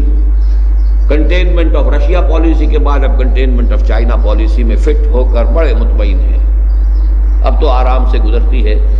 یہ ساری چیزیں جو بھی کچھ ہو رہی ہے اس لیے کہ آزادی، خود اعتمادی، اپنی عزت، اپنا وقار، اپنی آنکھوں سے اپنا راستہ دیکھ کر اپنے قدموں پر کھڑے ہونا اور چلنا، یہ بالکل دوسری اور شے ہے. پختہ تر اس سے ہوئے خوئے غلامی میں عوام. اور یہ اسی مجموعے میں ان کی ایک نظم اور بھی ہے مکالمے کی شکل میں کہ زمین اور ایک اس کے اندر جو میت دفن ہوئی ہے اس کا مکالمہ ہے. بڑی عجیب نظم ہے. اور میں نے یہ میٹرک میں جب میں تھا تو ہمارے ہاں کوئی بڑا ایک فنکشن ہونے والا تھا، کوئی بڑی سرکاری کوئی شخصیت آنے والی تھی، تو میں نے یہ مکالمہ تیار کرایا تھا. خود بھی میں اس میں حصہ لینے والا تھا، لیکن ہیڈ ماسٹر صاحب نے ڈر کے روک دیا کہ یہ بات کرنے کی نہیں، بڑی باغیانہ ہے. کہ ایک میت جو ہے وہ قبر میں آئی ہے اور قبر جو ہے فریاد کر رہی ہے کہ کیا بات ہے، میری قبر کے اندر جو ہے، میرے اندر اس وقت جو ہے بڑی تشویش سی میں محسوس کر رہی ہوں. تو اس کے بعد یہ معلوم ہو یہ غلام تھا بدماش جو میرے اندر لا کے، آہ ظالم تو جہاں میں بندہ محکوم تھا، میں نہ سمجھی تھی کہ ہے کیوں خاک میری تاب سوزناک. یہ میری مٹی میں جو جلن ہو رہی ہے اس وقت، تو محکوم تھا. اب یہ ظاہر بات انگریزی دور کی بات کر رہا ہوں کہ میں وہ اس وقت وہ تمثیلچہ جو ہے کرنا چاہتا تھا کسی انسپیکشن کے موقع پر. اس میں کیا شک ہے کہ محکم ہے یہ ابلیسی نظام. پختہ تر اس سے ہوئے خوئے غلامی میں عوام ہے ازل سے ان غریبوں کے مقدر میں سجود. ان کی فطرت کا تقاضا ہے نماز بے قیام. نماز بے قیام کا کیا مطلب ہے؟ سجود ہی سجود ہے. اس کے اندر جو ہے قیام کی جو ہے وہ لذت ہی نہیں ہے. آرزو اول تو پیدا ہو نہیں سکتی کہیں، ہو کہیں پیدا تو مر جاتی ہے یا رہتی ہے خام. یہ شعر تو میری تقریروں میں آپ نے بہت سنا ہوگا کہ اول تو یہ کہ اس ماحول میں کوئی امنگ، کوئی ولولہ، کوئی اونچا خیال، کوئی اچھا ارادہ پیدا ہی نہیں ہو سکتا. ماحول جو ہے اگر اس کے لیے اس کے آخر زمین کے اندر کوئی رویدگی ہوگی تو کوئی شے پیدا ہوگی. زمین بھی بانجھ، پھر اگر کہیں دو پتیاں کہیں آ بھی گئی ہیں تو فضا میں آکسیجن نہیں ہے تو وہ مرجھا جائے گی. لہذا اگر اول تو پیدا نہیں ہو سکتی کہ زمین بانجھ ہو چکی ہے، پیدا ہو جائے تو فضا جو ہے ہوا اس کو آکسیجن نہیں دینے کو تیار ہے ہی نہیں اس میں. تو آرزو اول تو پیدا ہو نہیں سکتی کہیں، ہو کہیں پیدا تو مر جاتی ہے یا رہتی ہے خام. یہ ہماری سعی پہم کی کرامت ہے کہ آج صوفی و ملا ملوکیت کے بندے ہیں تمام. اب مذہب کے یہی دو مذہب رہے، صوفی اسپرچولیزم اور ملا. اب وہ جو بھی ایک اسکالسٹسزم جس کو کہتے ہیں، علم کلام آگے آ جائے گا اس میں. ان دونوں کے لیے دو علامتیں لی گئی ہیں. ایک ملا ہے، اور ملا جو ہے جس زمانے کی یہ بات ہو رہی ہے، ہمارا تو اس وقت جو مولوی ہے وہ کچھ اور اس کی جون بدل چکی ہے. وہ ملا اس طرح کا نہیں رہا. ملا کسی زمانے میں بڑا اونچا لفظ تھا، بہت بڑے عالم اور بہت بڑے فلسفی کو ملا کہا جاتا تھا. لیکن یہ کہ وہ ملا جو ہے ان کی زیادہ جو ہوتی تھی بات وہ علم کلام، منطق، فلسفہ، ان چیزوں کی. تو ملا اور یہ کہ صوفی، وہ بہرحال یہ کہ ان کے مختلف مشرب ہیں. تو اب یہ دونوں ہی ٹاپ کے منصب تھے گویا کہ مذہبی اعتبار سے. اسی لیے ایک اور جگہ کہا ہے، اٹھا میں مدرسہ و خانقاہ سے نمناٹ. میں تو دونوں دیکھ آیا، مدرسے بھی میں نے دیکھ لیے، خانقاہیں بھی دیکھ لی. کہیں پر تیرے محیط میں کہیں گوہر زندگی نہیں. دیکھ چکا میں موج موج، ڈھونڈ چکا صدف صدف، کہیں نہیں کچھ رہا. تو صوفی و ملا ملوکیت کے بندے ہیں تمام. تب مشرق کے لیے موضوع یہی افیون تھی، ورنہ قوالی سے کچھ کمتر نہیں علم الکلام. اب یہ بہت گہرا شعر ہے. قرآن، حدیث، سیرت، یہ تو آدمی کو عمل پر لے کر آتی، جہاد پر لے کر آتی. علم کلام اور وہ آپ بیٹھے ہوئے دھجیاں بکھیر رہے ہیں منطق کی، اور ہیئر سپلٹنگ ہو رہی ہے، اور عقل کے گھوڑے دوڑائے جا رہے ہیں، اور یہ سب کچھ ہو رہا ہے. تو اس کا اثر جو ہوتا ہے قواعد عملی سرد ہو جاتے ہیں. دماغ چلتا ہے بالکل مشین کی طرح، کمپیوٹر کی طرح، عمل جو ہے وہ نہیں. اسی طرح قوالی ہے، جھوم جاؤ، جھومتے رہو. اب صوفیوں کے حلقے میں قوالی اور علماء کے حلقے میں علم کلام، یہ دو چیزیں گویا کہ دو حلقے جو ہو سکتے تھے مسلمانوں کے رہنما حلقے دینی اعتبار سے، ان دونوں کو گویا کہ ان دونوں سمبلز کے حوالے سے بیان کیا گیا کہ اگرچہ علم کلام کی تاثیر بھی وہی تھی، کہ جو عمل سے انسان کو بیگانہ کر دے، لیکن قوالی جو ہے مشرق کے اعتبار سے یہ زیادہ مناسب تھی، کیونکہ یہاں پہ ہندوؤں کا معاملہ تھا اور یہاں پر گانے کا، ناچ رنگ کا، ان کے کلچر کا حصہ تھا، تو ہم نے یہاں پہ علم کلام کی بجائے قوالی استعمال کروا دی ہے تاکہ اب یہ اسی رنگ میں رہے اور سرور میں جو ہے وہ اپنے وہ جیسے کہ ایک اور جگہ پر کہا ہے علامہ اقبال نے کہ صوفی پشمینہ پوش حال مست، از شراب نغمہ قوال مست، آتش از شیر عراقی در دلش در نمی سادت بقرآن محفلش۔ یہ صوفی جو ہے جس نے اوپر سے کوئی پہنی ہوئی ہے اونی قبا بھی پہنی ہوئی ہے اور قوال کی آواز کے اوپر تو وہ حال اسے آ گیا ہے، اور شعر کسی عراقی کا سنا ہے، کسی اور کا سنا ہے، تو اس کے اوپر وہ حال کھیل رہا ہے، قرآن سے اسے سروکاری نہیں۔ صوفی پشمینہ پوش حال مست، از شراب نغمہ قوال مست۔ تو طب مشرق کے لیے موضوع یہی افیون تھی۔ افیون کیا ہے؟ آدمی کو پینک کے اندر پڑے رہو، بس کام نہ کرو۔ لوٹس ایٹرز ایک نظم ہم نے پڑھی تھی، شاید میٹرک میں پڑھی تھی، surely surely slumber is better than toil۔ آدمی محنت کرے، بھاگ دوڑ کرے، یہ کرے وہ کرے، اس سے کیوں نہ ذرا سا ایک دو گولیاں جو ہے نگلے اور سو جائے آرام سے۔ آج جو پوری دنیا کے اندر نارکوٹکس کیوں ہے؟ اس لیے کہ دنیا کی پیچیدگیاں، مسائل جو ہیں ان کے تمام جو ہیں وہ آدمی پھر جو ہے وہ میں کدے کی راہ سے ہو کر گزر گیا، ورنہ سفر حیات کا بے حد طویل تھا۔ یہ تو در حقیقت آسانی کا راستہ ہے، فرار ہے زندگی سے۔ ہے طواف و حج کا ہنگامہ اگر باقی تو کیا؟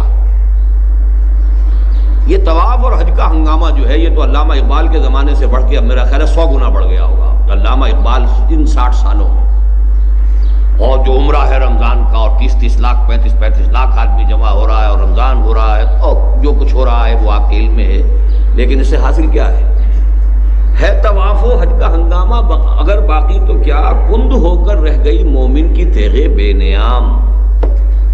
اس کا اصل جہاد جو اس کا اصل تھا وہ تو ختم ہو چکا۔ اب یہ وہاں جائیں اور وہ طواف کر کے آ جائیں، لیکن لے کر کے آتے ہیں وہاں سے کوئی نیا جذبہ، کوئی توبہ کر کے نہیں آتا، الا ماشاءاللہ کوئی ہوں گے، کوئی لاکھوں میں، کوئی کروڑوں میں کوئی ایک آدھ نکل جائے، باقی تو جیسے گئے تھے ویسے آتے ہیں، بلکہ یہ سمجھتے ہیں کہ پچھلا حساب صاف ہوا، بس سر نو جو ہے حرام خوریاں جو ہیں اس کا کھاتا سر نو شروع کرو۔ تو یہ سارا جو کچھ ہے طواف و حج کا ہنگامہ اگر باقی تو کیا؟ ان چیزوں کو علامہ اقبال نے ایک اور نظم میں جو میرے نزدیک ان کی شعریت کا عروج ہے، اہل حرم کے سومنات سے تعبیر کیا۔ کیا نہیں کوئی غزنوی کارگہ حیات میں، بیٹھے ہیں کب سے منتظر اہل حرم کے سومنات۔ اہل حرم نے بھی ان چیزوں کو، ریچولز کو بت بنا لیا ہے، بت بن کر پوچھ رہے ہیں، ان کی حقیقت کچھ بھی نہیں۔ جو کہا ہے کہ نماز و روزہ و قربانی و حج یہ سب باقی ہے، تو باقی نہیں ہے۔ یہ سارا جو ہے یہ ریچولز ہے، ان کی شکلوں کو پوجا جا رہا ہے۔ اب اس نے سوال کیا کہ یہ جو آپ نے سیشن کال کیا ہے خاص ہمارا، اور اس میں اتنا تمہیدی آپ نے خطاب فرمایا ہے، تو کون سا آپ کو چیلنج محسوس ہوا ہے؟ ہمیں تو کوئی چیلنج محسوس نہیں ہو رہا، سب ٹھیک ٹھاک ہے۔ اس میں کیا شک ہے کہ محکم ہے یہ ابلیسی نظام، ساری قوتیں ابلیسی خوب پورے طور پر کار فرما ہے، کام ہو رہا ہے۔ کس کی نومیدی پہ حجت ہے یہ فرمان جدید؟ یہ آپ کا نیا فرمان جو اور آج جو اجلاس کیا گیا ہے، یہ کس طرف سے کوئی ہماری امیدوں کے لیے کوئی خطرہ پیدا ہو گیا ہے، کوئی ہمارے لیے کوئی چیلنج آ گیا ہے؟ جہاد اس دور میں مرد مسلمان پر حرام، مسلمان تو اپنے اوپر جہاد کو حرام ہی کر چکا ہے، تو اب اور کس چیز کا ڈر ہے؟ اب اس میں نوٹ کیجئے کہ اس میں خاص طور پر تو غلام احمد قادیانی کی طرف اشارہ ہے کہ جس نے قتال کو تو سرے سے حرام قرار دے دیا۔ دین کے لیے حرام ہے اب دوستو قتال، یہ مصرع ہے غلام احمد قادیانی کا آجہانی کا۔ لیکن اس کو چھوڑتے ہوئے بھی ہمارے ہاں عام مذہبی فکر میں بھی جہاد خارج از بحث ہو چکا تھا، یہ اب شروع ہوا ہے، اور ہوا ہے ایران کے انقلاب کے بعد۔ سائملٹینیس معاملہ ہوا ہے ایرانی انقلاب اور افغانستان میں روس کی آمد، اس وقت سے شروع ہوا ہے، ورنہ جہاد مسلمان کی فہرست سے خارج تھا۔ اس لیے کہ جہاد کے معنی جنگ، اور جنگ جو ہے وہ تو ہر وقت تو ہوتی نہیں، ہر روز کا فرض جو ہے وہ تو نماز ہے، ہر سال کا فرض جو ہے وہ روزہ ہے، جو بھی ہے زکوٰۃ ہے، لیکن یہ کہ یہ جو ہے یہ تو کوئی فرض ہے ہی نہیں سرے سے، تو جنگ کہیں ہوگی، تو وہ جہاد کو قتال سے ایکویٹ کیا، اور قتال سے ایکویٹ کرنے کے بعد چونکہ وہ تو فرض کفایہ ہی رہے گا، لہذا وہ بات ختم ہو گئی، ہماری فہرست وہ جو فرائض کی فہرست سے فارغ ہوئی۔ تو اس حوالے سے فرق کوئی نہیں ہے. اور اس نے قتال کو حرام قرار دیا، ہم نے جہادی کی جڑ کاٹ دی. البتہ یہ ہے کہ جب احیائی تحریکیں شروع ہوئی ہیں تو اس میں پھر چاہے وہ جماعت اسلامی کی تھی، مولانا مودودی کی پہلی بڑی تصنیف ہی تھی الجہاد فی الاسلام. ابوالکلام آزاد نے جو نعرہ لگایا تھا وہ جہاد کا تھا. اسی طریقے سے پھر یہ کہ جو بھی الاخوان المسلمون کا معاملہ ہوا ہے وہ جہاد کے لفظ سے. تو جہاد جو ہے بعد میں ان احیائی تحریکوں کا تو سینٹرل تھیم بنا ہے. اور پھر قتال کی بھی مختلف شکلیں ہوئی ہیں، اگرچہ ان میں سے ہر ایک کا علیحدہ معاملہ ہے، اس کو میں اس وقت ڈسکس نہیں کر سکتا. لیکن یہ کہ اقبال نے جس وقت یہ الفاظ کہے ہیں تو ابلیس نے جو بات کہی ہے اس کے مشیر نے وہ سب سے ضرورت تھی کہ کیا آپ کو فکر کس بات کی ہو گئی ہے جب مسلمان پر تو جہاد حرام ہی ہو چکا ہے. دوسرے مشیر صاحب اب ذرا پہلے مشیر سے اختلاف کرتے ہوئے ظاہر کرتے ہیں کہ نہیں، ایک خطرہ تو پیدا ہو چکا ہے. خیر ہے سلطانی جمہور کا غوغا کے شر، تو جہاں کے تازہ فتنوں سے نہیں ہے باخبر. یعنی یہ جو پہلا مشیر تھا اس کی اس نے نفی کی ہے کہ تمہیں everything is not okay, واقعتاً گڑبڑ ہے. اور بڑی سب سے بڑی گڑبڑ یہ ہے کہ ابھی سلطانی جمہور کا آتا ہے زمانہ، جو نقش کہن تم کو نظر آئے مٹا دو، تو ملوکیت کا تو بیڑا غرق ہو جائے گا.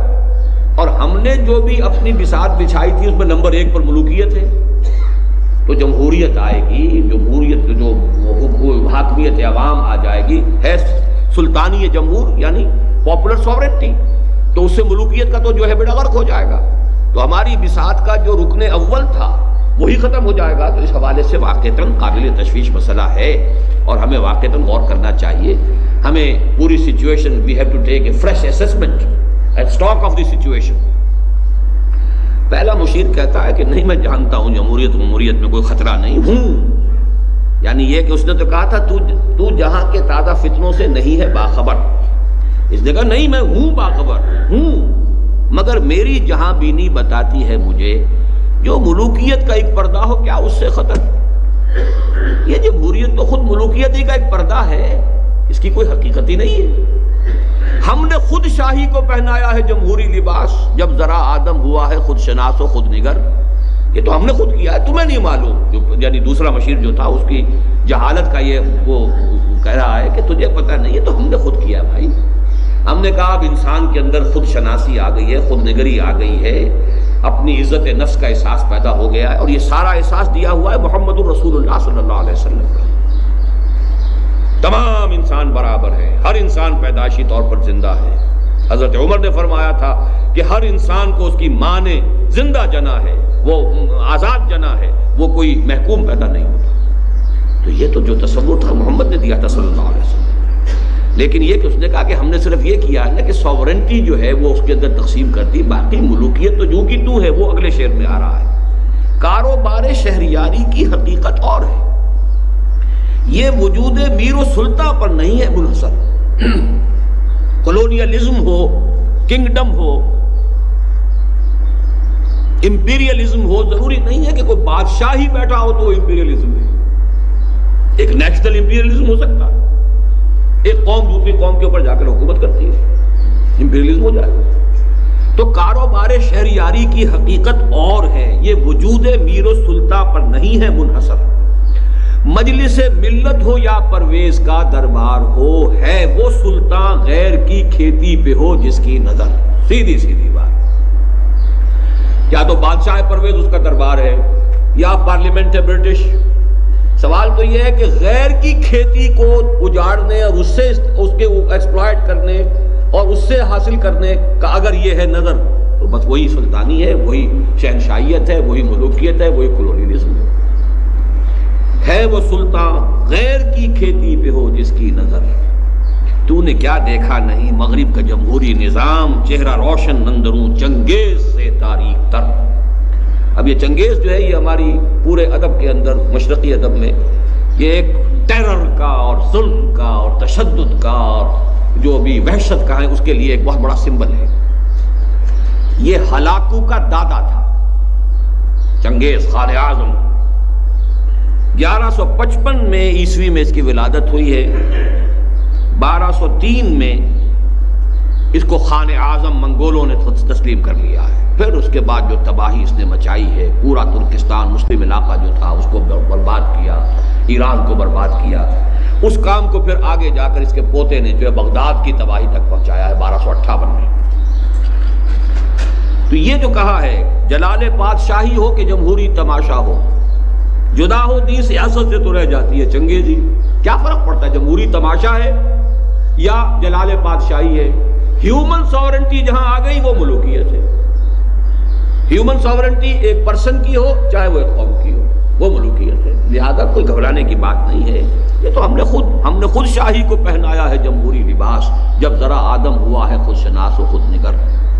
اور ایک اور جگہ علامہ اقبال نے اس مغربی جمہوریت کے بارے میں جو کہا ہے وہی ساز کہن مغرب کا جمہوری نظام، اس کے پردوں میں نہیں غیر از نوائے قیصری، دیوے استبداد جمہوری قبا میں پائے کو، تو سمجھتا ہے یہ آزادی کی ہے نیلم پری۔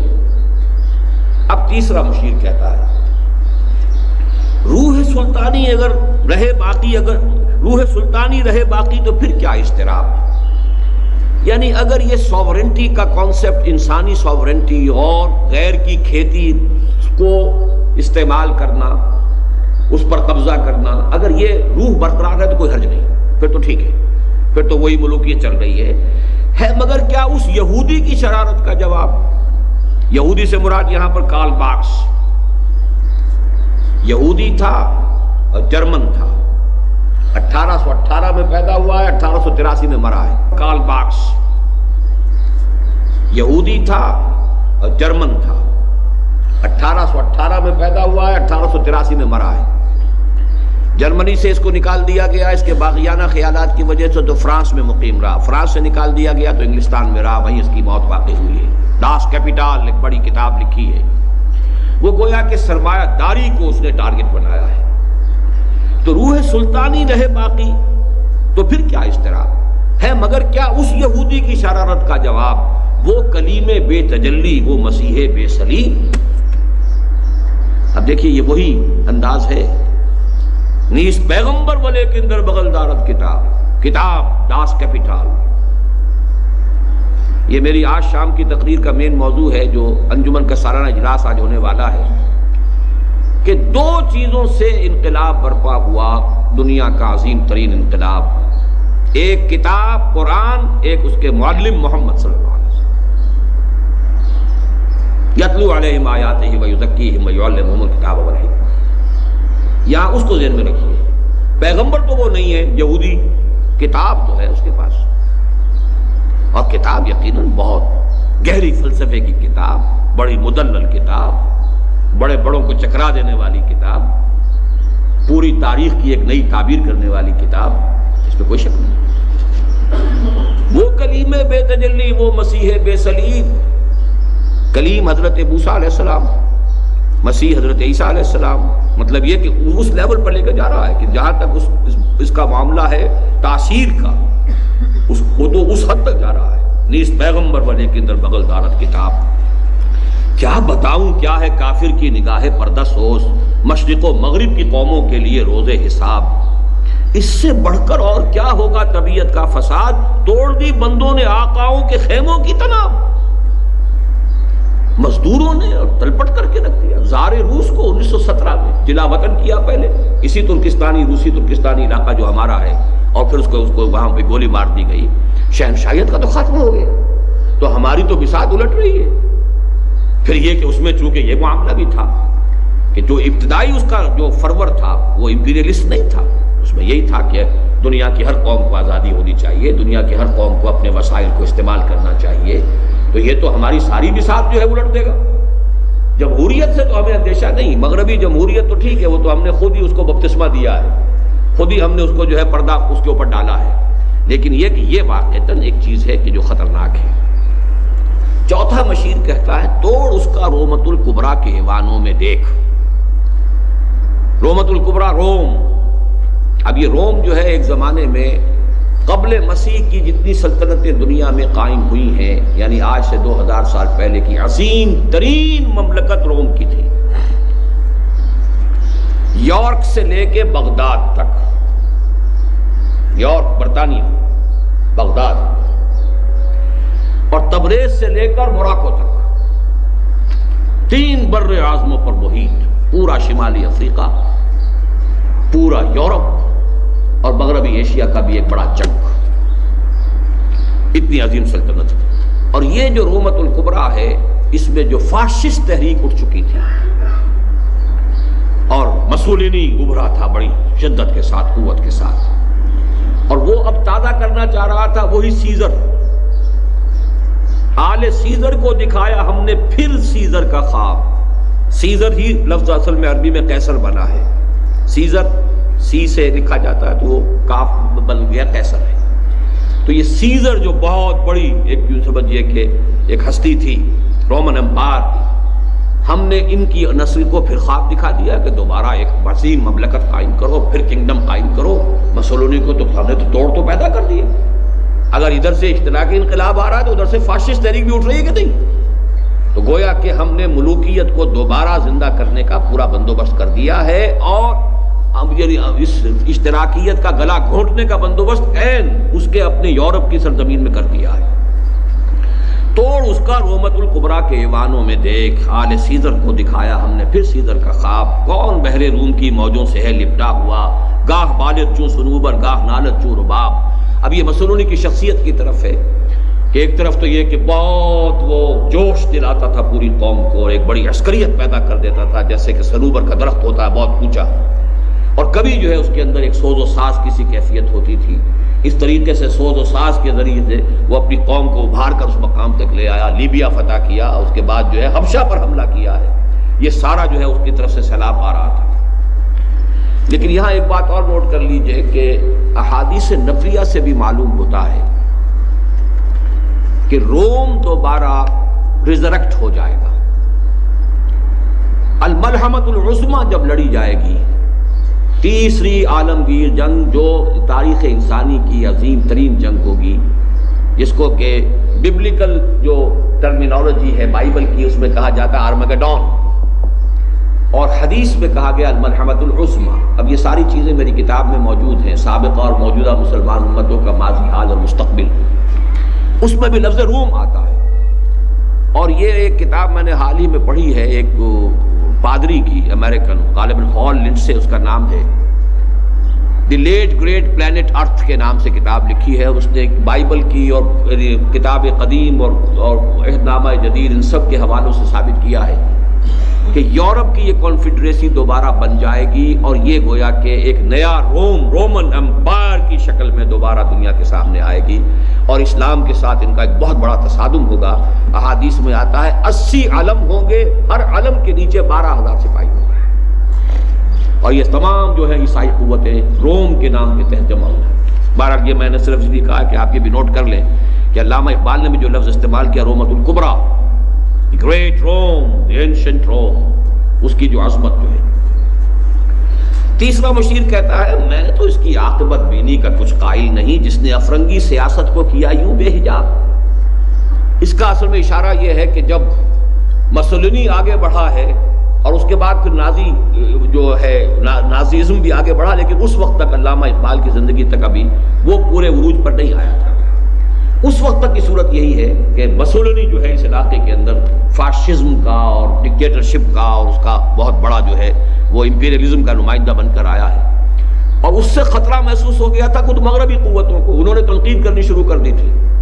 تو اس نے کہا ہے کہ میں تو اس کی عاقبت بینی کا کچھ قائل نہیں، جس نے افرنگی سیاست کو کیا یوں بے حجاب۔ اس نے کھل کر جواب دیے کہ تم نے سب کچھ کیا ہے، تم نے پوری دنیا کو فتح کیا، تو میں نے اگر فتح کر لیا ہے تو میرے اندر کیڑے ڈال رہے ہو۔ بہرحال اب پانچواں مشیر کہہ رہا ہے، آخری سمجھیے کہ بات، اے تیرے سوز نفس سے کار عالم استوار۔ یہ بڑا عجیب ہے یہ مصرع، سوز نفس، اس کے سوز نفس چونکہ وہ آچھی مخلوق ہے تو غضب، انتقام، غیظ، اسی میں کینہ، اسی میں یہ سارے جو بھی دنیا کے اندر جو خرابیوں کے جتنے بھی منبع ہیں وہ یہ ہے، گویا کہ یہ ابلیس کا وہ سوز نفس ہے۔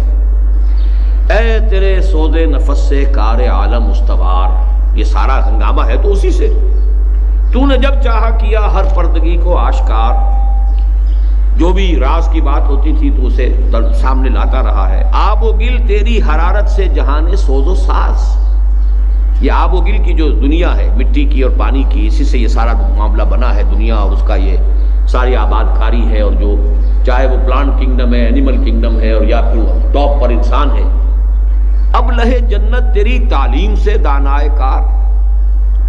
اب لہے جنت اصل میں حضور کی ایک حدیث سے اس نے استعارہ کیا ہے کہ حضور نے فرمایا اہل الجنت بلہن، جنتی لوگ بڑے سادہ لوگ ہوتے ہیں۔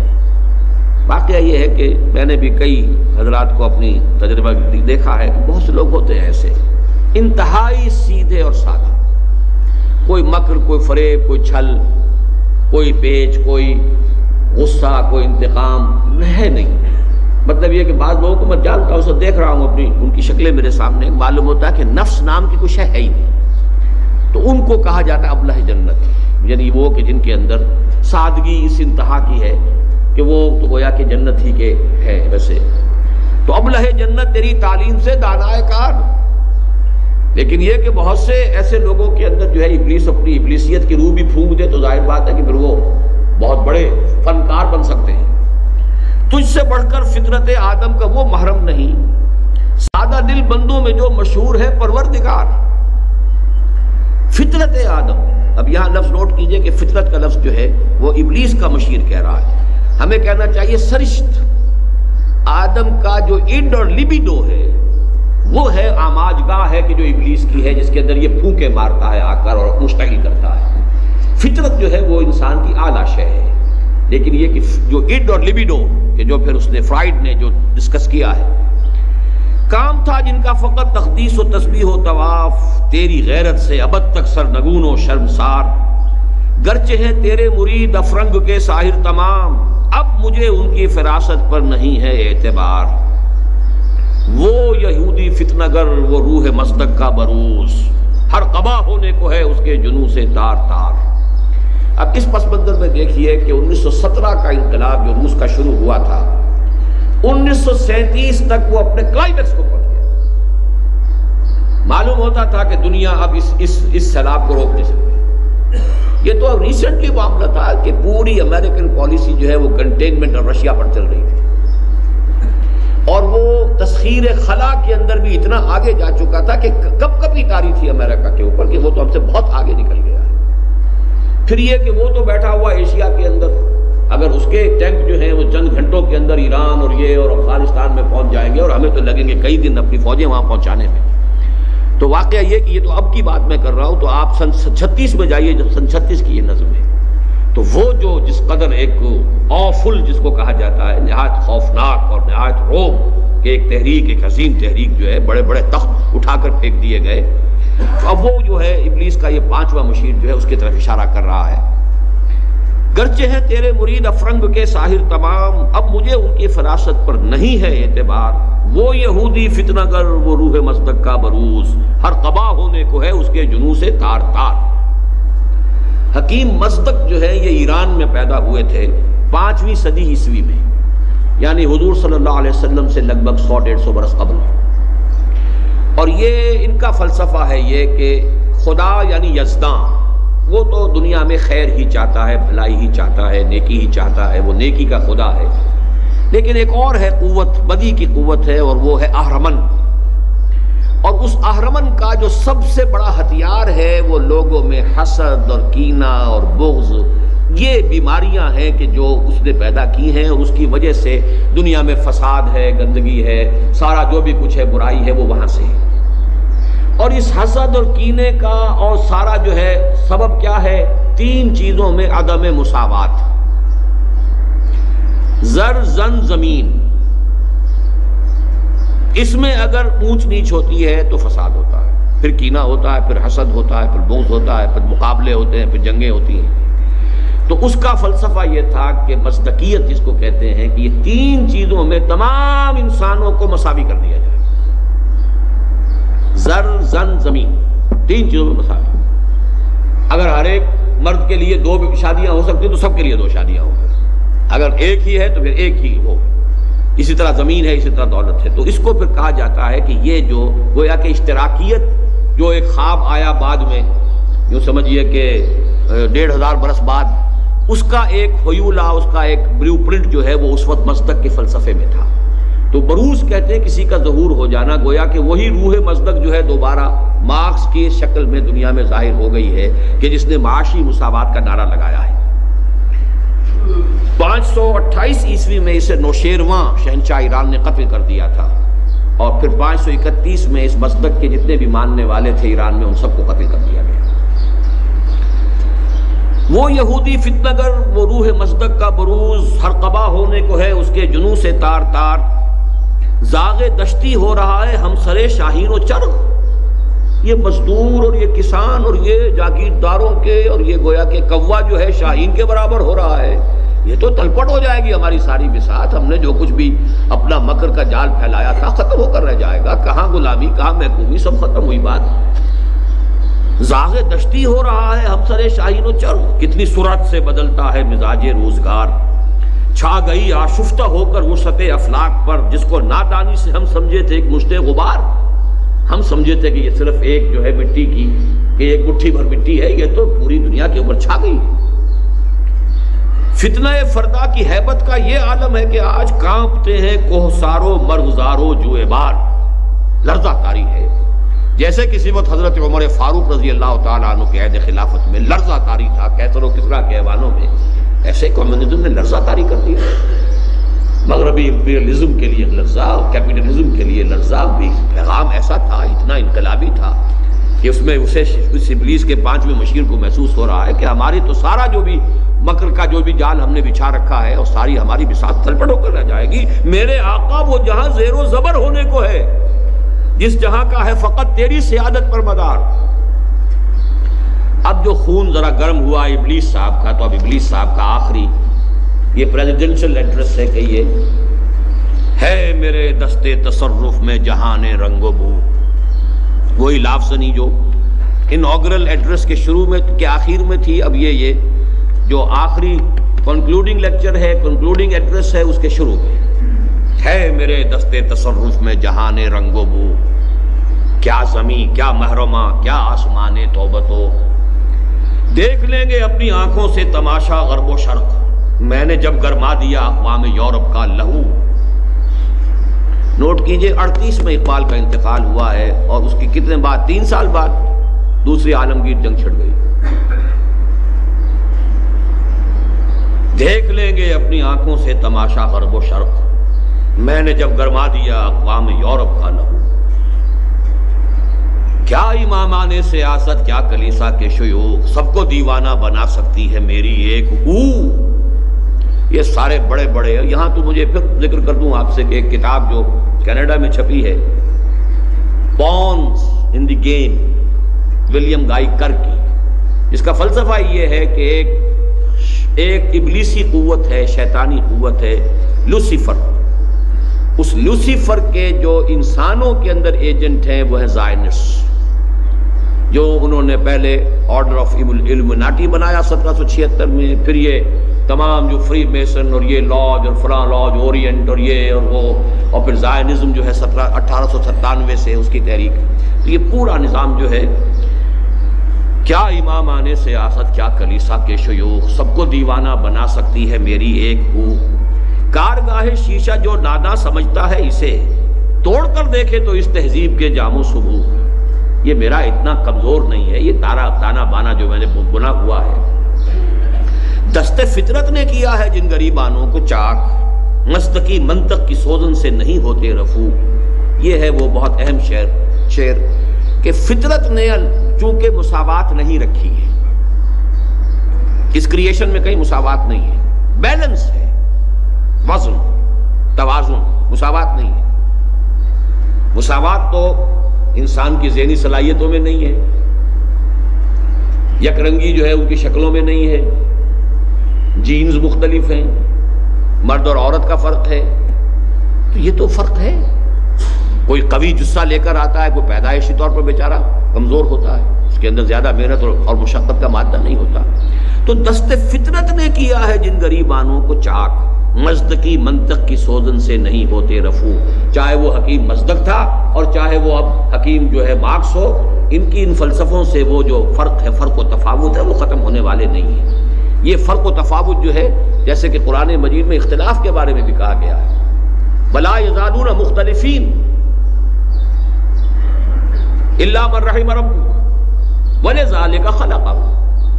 اختلاف تو رہے گا دنیا کے، اگر اختلاف ختم ہو جائے تو پھر بعد یہ سارا ہنگامہ ہی ختم ہو جائے گا، یہ ساری رونقیں ختم ہو جائیں گی۔ تو فرق و تفاوت اور اختلاف یہ تو ایک رول ہے، بس اس کو حدود میں رہنا چاہیے، اس کے لیے جو ہے کچھ games, rules of the game ہونے چاہیے، حدود سے تجاوز نہیں ہونا چاہیے، وغیرہ وغیرہ، مولانا بات ہو جائے گی۔ کب ڈرا سکتے ہیں مجھ کو اشتراکی کوچہ گرد، یہ پریشاں روزگار آشفتہ مغز آشفتہ ہو، یہ دماغ بال ان کے الجھے ہوئے، چہروں پہ وحشت، اور یہ لوگ یہ مجھے پریشان کر دیں گے، یہ مجھے ڈرانے والے نہیں ہیں۔ ہے اگر مجھ کو خطر کوئی تو اس امت سے ہے۔ اب یہاں سے پیغام شروع ہوا ہے، جھنجھوڑنے والا پیغام، کہ ابلیس کو اگر کوئی اندیشہ ہے تو نہ جمہوریت سے، نہ فاشزم سے، نہ ناززم سے، نہ اشتراکیت سے۔ اور اشتراکیت اس وقت ٹاپ پر تھی جب یہ نظم علامہ اقبال، آج تو اشتراکیت جو ہے وہ مر گئی یا اس کا دور گزر گیا، تو ہم 60 سال بعد بیٹھے ہیں نا، سن 36 کی نظم کو ہم سن 96 میں پڑھ رہے ہیں۔ اس ڈفرنس کو اپنے ذہن میں رکھیے، اپنے عروج پر، کلائمیکس پر جب یہ تھی، کب ڈرا سکتے ہیں مجھ کو اشتراکی کوچہ گرد، یہ پریشاں روزگار آشفتہ مغز آشفتہ ہو، ہے اگر مجھ کو خطر کوئی تو اس امت سے ہے جس کی خاکستر میں ہے اب تک شرار آرزو۔ آرزو ہے، اوپر اس کے خاک آ گئی ہے، راکھ آ گئی ہے، انگارہ اندر ہے، چنگاری اس میں ہے، آگ بجھی ہوئی نہ جان، آگ دبی ہوئی سمجھ۔ تو میں تو ڈرتا ہوں تو اس سے ڈرتا ہوں، مجھے کسی اور شے سے کوئی خوف نہیں، کوئی ڈر نہیں، کوئی اندیشہ نہیں۔ خال خال اس قوم میں اب تک نظر آتے ہیں وہ، کرتے ہیں اشک سحر گاہی سے جو ظالم وضو۔ انفرادی تقویٰ، انفرادی سوز و ساز کی جو ہے آج کے دور میں بھی اس امت کے اندر کمی نہیں ہے۔ اصل مسئلہ یہ خال خال ایسے لوگ بھی ہیں، جانتا ہے جن پہ روشن باطن ایام ہے، مستقیت فتنہ فردہ نہیں اسلام۔ میرے لیے خطرے کے اگر کوئی معاملہ ہے، کوئی چیلنج ہے، تو وہ مستقیت سے نہیں ہے، وہ اشتراکیت سے نہیں ہے، وہ جمہوریت سے نہیں ہے، وہ اجتماعیت سے نہیں ہے، وہ سرمایہ داری سے نہیں ہے، وہ ہے اسلام سے۔ اب اس کا یہ جو نظم کے اندر کئی اتار چڑھاؤ آئیں گے، خطرہ تو ہے، لیکن اس خطرے میں اب اس کا دل کا دلاسا دینے والی چیزیں کون سی ہیں؟ جانتا ہوں میں یہ امت حامل قرآن نہیں، میرے لیے امید کی بات اگر ہے تو وہ یہ ہے کہ اس امت نے قرآن کو بند کر کے ٹھپ کر کے رکھ دیا، جزدانوں میں ہے، مسلمانی در کتاب اور مسلمانہ در گور۔ جانتا ہوں میں یہ امت حامل قرآن، اس لیے کہ اصل طاقت تو قرآن تھی، اصل اعلیٰ انقلاب محمد کا قرآن تھا صلی اللہ علیہ وسلم، جہاد پر ابھارنے والا قرآن تھا، سرمایہ داری کی مذمت کرنے والا قرآن تھا، قرآن اس نے بند کر دیا، یہ بہت غنیمت ہے۔ جانتا ہوں میں یہ امت حامل قرآن نہیں۔ آج شام کو یہ اس موضوعات پر گفتگو ہوگی، جو حضرات بھی چاہیں آج 7 بجے ہمارا انجمن کا سالانہ اجلاس ہے، اس میں تشریف لائیں، قرآن آڈیٹوریم میں ہے۔ وہی سرمایہ داری بندہ مومن کا دین، وہی زر پرستی، وہی دولت پرستی، وہی سود خوری، وہی سارا معاملہ، وہ اس نے بھی پورا کا پورا دین اختیار کر رکھا ہے، اس پنجے کے اندر بھی پوری طریقے سے وہ پھنسا ہوا ہے۔ جانتا ہوں میں کہ مشرق کی اندھیری رات میں بے ید بیضا ہے پیران حرم کی آستین۔ پیران حرم کی آستین کے اندر وہ حضرت موسیٰ والا ہاتھ نہیں ہے جو دمکتا ہو چمکتا ہو جب نکلے، بے ید بیضا یعنی روحانیت سے خالی ہو۔ لفظ ہیں، دھواں دھار تقریریں ہیں، لفاظی ہے، جو کچھ ہے، لیکن ید بیضا نہیں۔ نہ عصائے موسیٰ قرآن ہے جو معجزہ تھا حضرت موسیٰ علیہ السلام کا، در بغل داری کتاب زندگی، جیسے حضرت موسیٰ کو اللہ نے فرمایا تھا تمہاری بغل میں عصا موجود ہے، پھینکو تو صحیح، کیوں ڈر رہے ہو؟ لا تخف الق ما فی عصاک ما فی یدک الق عصاک۔ اسی طریقے سے بے ید بیضا ہے پیران حرم کی آستین، عصر حاضر کے تقاضاؤں سے ہے، لیکن یہ خوف ہو نہ جائے آشکارا شر پیغمبر کہیں۔ یہ اس کا سب سے بڑا اس نظم کا مرکزی شعر ہے اس اعتبار سے کہ سوشل ایولیوشن کا جو پروسیس انیشیٹ کیا تھا محمد الرسول اللہ صلی اللہ علیہ وسلم سے، جس کو ٹیک اوور کیا ہے ویسٹ نے، یہ پروسیس اپنی منطقی انتہا کو پہنچ کر محمد کے دین تک لوگوں کو پہنچا دے گا۔ یہ بات جو ہے بہت گہری ہے اور علامہ اقبال کے فکر اور فلسفے کے اندر بڑے مرکزی نقطے کی شے ہے۔ انسانی حریت، اخوت، مساوات، یہ سبق تو دیے تھے محمد نے صلی اللہ علیہ وسلم۔ اس کے بعد ہم نے تو پھر ملوکیت شروع کر دی، پھر ہم نے بغداد میں محل بنا لیے، پھر ہم نے عیش شروع کر دی، پھر ہم نے کسرا ختم ہوا تھا، پھر کوئی اور کسرا پیدا ہو گئے۔ یورپ میں کم سے کم وہ چیزیں چاہے سیکولرزم کے ساتھ چلیں، لیکن کچھ نہ کچھ حقوق انسانی کا معاملہ چلا ہے، کچھ نہ کچھ جو ہے ہیومن رائٹس کا معاملہ آگے بڑھا ہے، آگے بڑھی بات۔ اس کو شیطان جو ہے اس کو ہر جگہ پر کوئی نہ کوئی اس میں گندگی لپیٹتا رہا ہے، لیکن یہ کہ اس گندگی کی لپٹ کے اندر جو ہے وہ شے بھی موجود ہے جس کو اقبال کہتا ہے the inner core of the present western civilisation is Quranic. اوپر گندگی لپٹی ہوئی ہے، بہت اعلیٰ ایک شے ہے جس کے اوپر گندگی جو ہے لپیٹ دی گئی ہے۔ تو میں نے جو خطبہ دیا تھا غالباً 1984 میں یوم اقبال پر، اور وہ تحریری خطبہ پڑھا تھا، اس کا مرکزی نقطہ یہی ہے، اس میں نے وضاحت کے ساتھ بیان کیا ہے۔ اور میری جو کتاب جو میں آج آپ کے ساتھ چاہتا ہوں متعارف کرانا، علامہ اقبال اور ہم، اس میں میری وہ سن 73 کی تقریر بھی ہے جو گویا کہ ہمارا ورشن ہے ماں و اقبال کا، اور پھر یہ کہ میرا وہ خطبہ بھی شامل ہے اس کے اندر، اور بھی کئی چیزیں۔ پروفیسر یوسف سلیم چشتی کے 2 بہترین مضامین جو علامہ اقبال کی زندگی میں لکھے گئے کہ اقبال کا پیغام کا خلاصہ کیا ہے اور اقبال کے فلسفے کا خلاصہ کیا ہے۔ تو یہ ساری چیزیں جو ہے علامہ اقبال اور ہم نامی کتاب جو ہے وہ آج جسے آپ کہا کرتے ہیں رونمائی کتاب کی، ہماری کتابوں کی رونمائی بھی وہ کہیں ہوٹلوں میں نہیں ہوتی ہے، وہ مسجدوں میں ہوتی ہے۔ تو عصر حاضر کے تقاضاؤں سے ہے لیکن یہ خوف، یعنی یہ کہ یوں سمجھیے کہ جدلی مادیت کسے کہتے ہیں؟ خالص مادی سطح پر بھی یہ عمل چل رہا ہے کہ کوئی ایک نظریہ یا خیال آیا، نظام آیا، وہ خیال کی سطح پر آیا، اس کا ایک رد عمل پیدا ہوا۔ اب وہ عمل اور رد عمل، تھیسس اور اینٹی تھیسس نے جڑ کر ایک نئی شکل اختیار کر لی، اور وہ یقیناً پہلے سے بہتر ہے، لیکن چونکہ ہدایت آسمانی کے تابع نہیں ہے لہذا کسی اور اعتبار سے اس میں خرابی پیدا ہو گئی۔ اب وہ خرابی پھر اپنے انڈے بچے دے گی، اب یہ تھیسس بن کر اینٹی تھیسس کو جنم دے گا، اینٹی تھیسس پھر ٹکرائے گا، پھر آگے بڑھیں گے، پھر ایک قدم اوپر جائے گا معاملہ۔ تو یہ خود ڈائلیکٹیکل میٹیریلزم جو ہے رفتہ رفتہ اقبال کہہ رہا ہے یہ تو اس قریب آ گیا ہے کہ ہو نہ جائے آشکارا شرع پیغمبر کہیں۔ they have come very near۔ مجھے یہاں وہ لطیفہ یاد آ گیا ہے کہ ایک انگریز ڈی سی کے بارے میں واقعہ بیان ہوا ہے یہ کہ اس کو کسی نے، انگریز زمانے میں ڈپٹی کمشنر ہوتے تھے، کسی نے نیٹو نے یہاں کے کوئی رشوت پیش کی، اس نے ڈانٹ دیا بہت کہ نہیں غلط کہا، میں یہ رشوت نہیں لیتا۔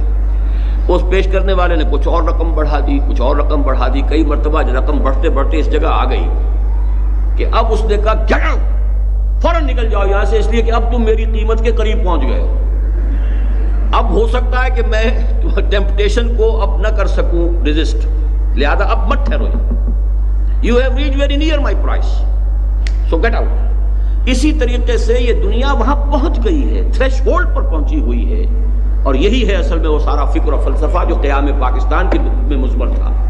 اقبال کا سارا جو خطبہ الہ آباد ہے وہ کیا تھا کہ مجھے یقین ہے کہ ہندوستان کے شمال مغرب میں ایک آزاد مسلمان ریاست قائم ہوگی، اور اگر وہ قائم ہو گئی تو ہمیں موقع مل جائے گا کہ اسلام کی تعلیمات پر دور عرب ملوکیت، عرب امپیریلزم میں جو پردے پڑ گئے تھے، جاگیرداری آ گئی، سرمایہ داری آ گئی، وہ ساری کی ساری بدماشیاں جو بادشاہتوں کے ساتھ ہوتی ہیں وہ مسلمانوں نے شروع کر دی، وہ سارے ظلم اور ایکسپلائٹیشن ہے، وہ سلطان غیر کی کھیتی پہ ہو جس کی نظر، اور جو شخص ایک کسان کی کمائی جو ہے وہ جاگیردار بیٹھ کر کھا رہا ہو، یہ ساری حرام خوریاں جو شروع ہوئی ہیں یہ بادشاہوں کے زمانوں میں شروع ہوئی ہیں، اور اس کو فقہ اسلامی نے طرح طرح کے جو ہیں اس کے لیے فتوے دے کر جو ہے ان کو جواز دیا ہے، دور ملوکیت کی فقہ نے۔ تو اس حوالے سے علامہ اقبال نے کہا تھا کہ ہمیں موقع مل جائے گا کہ وہ تمام پردے ہٹا کر اسلام کی اصل تعلیمات کا ایک نمونہ دنیا کے سامنے پیش کریں، اور اسی کو پھر قائد اعظم نے جو ہے اسی کو ایک سلوگن کی شکل دی ہے کہ ہم پاکستان اس لیے چاہتے ہیں کہ عہد حاضر میں اسلام کے اصول حریت و اخوت و مساوات کا ایک عملی نمونہ پیش کریں۔ یہ تھا پاکستان کا۔ تو فرمایا کہ عصر حاضر کے تقاضاؤں سے ہے لیکن یہ خوف ہو نہ جائے آشکارا شرع پیغمبر کہیں، یعنی مسلمان سے خطرہ نہیں ہے مجھے، خطرہ اسلام سے ہے۔ مسلمان کے کرنے سے شاید یہ نہ ہو، لیکن یہ جو پروسیس ہے سوشل ایولیوشن کا اور یہ میٹیریل جو ڈائلیکٹکس ہیں، خود یہ قریب جا رہے ہیں ادھر۔ اسی لیے اقبال نے کہا نا، ہر کجا بینی جہان رنگ و بو، کہ از خاکش بروید آرزو، یاد نور مصطفیٰ اورا بہاشت، یا ہنوز اندر تلاش مصطفیٰ است۔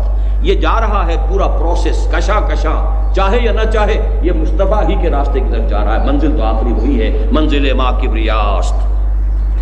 اب وہ چھڑے پیغمبر جو ہے، اس پر چونکہ کئی مرتبہ گفتگو ہو چکی ہے اور میری کتاب میں بڑی وضاحت سے ہے، 20ویں صدی عیسوی میں بر عظیم پاک و ہند میں اسلام کے انقلابی فکر کی تجدید و تعبیر، یہ 3 شعروں میں علامہ اقبال نے اسلام کے سسٹم آف سوشل جسٹس کو اس قدر کھول کر بیان کر دیا ہے، اس کو کہنا چاہیے کہ یہ جوامع الکلم میں سے ہے۔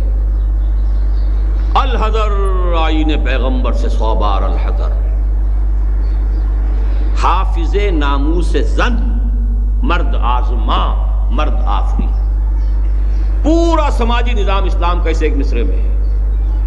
عورت کے ناموس، اس کی عصمت، اس کی عزت کی حفاظت، اس کو ماں اور بیوی اور بیٹی کی حیثیت سے چراغ خانہ بنا کر رکھنا تاکہ اس کی حفاظت ہو، اس کے ناموس کی، اس کی عزت کی، اس کی عصمت کی۔ یہ سارا نظام پردے کا، اور یہ سارا نظام سیگریگیشن کا، یہ سارا نظام ستر کا، حجاب کا، عورت کی عزت اور آبرو کی حفاظت۔ حافظ ناموس زن مرد آزما مرد آفری، مرد کے اوپر، مرد کے لیے چیلنج ہے کہ زندگی کے کٹھن کام تمہارے کرنے کے ہیں، عورت کے کرنے کے نہیں ہیں۔ معاش کمانا تمہارا کام ہے، اس کا کام نہیں ہے۔ بچے وہ پیدا کرتی ہے، تم نہیں کر سکتے، لیکن یہ کہ اس کی خدمت، اس کی دیکھ بھال، اس کی ذمہ داریاں ادا کرنا تمہارا کام ہے۔ اسے بھی تم لا کر کھڑا کرنا چاہتے ہو فیکٹری کے اندر، اور اس کے اوپر وہ مشقت بھی ڈالنا چاہتے ہو۔ بہرحال اگر کوئی بہت ایمرجنسی ہو تو بات دوسری ہے۔ مرد آزما مرد آفری، جو بھی مردانگی کے اوصاف ہیں وہ پیدا ہونے چاہیے۔ مرد کو اپنے حصے کا کام کرنا چاہیے، عورت کو اپنے حصے کا کام کرنا چاہیے۔ موت کا پیغام ہر نوع غلامی کے لیے۔ نوٹ کر لیجئے کہ سب سے پہلی جو خرابی بیان کی گئی تھی غلامی، اور پہلے مشیر نے بھی یہ کہا تھا، ہوئے غلامی میں پختتر اس سے ہوئے غلامی میں عوام۔ اور میں وہ نظم بھی آپ کو بتا چکا ہوں، آہ ظالم تو جہاں میں بندہ محکوم تھا، میں نہ سمجھی تھی کہ ہے کیوں خاک میری سوزناک۔ الحذر محکوم کی میت سے 100 بار الحذر، یہ الفاظ وہاں بھی الحذر کے ساتھ اس نظم کے اندر بھی، محکوم کی میت سے 100 بار الحذر۔ کوئی کسی غلام کی میت جو ہے میری گود میں نہیں آنی چاہیے، نہ کوئی فغفور و خاقہ نہ گدائے رہ نشین۔ موت کا پیغام ہر نوع غلامی کے لیے۔ کونوا عباد اللہ اخوانا، حاکمیت اللہ کے لیے ہے، تم تو سب کے سب بندے ہو، غلام ہو، اللہ کے بندے بن جاؤ، غلام بن جاؤ۔ تیسری بات کرتا ہے دولت کو ہر آلودگی سے پاک و صاف۔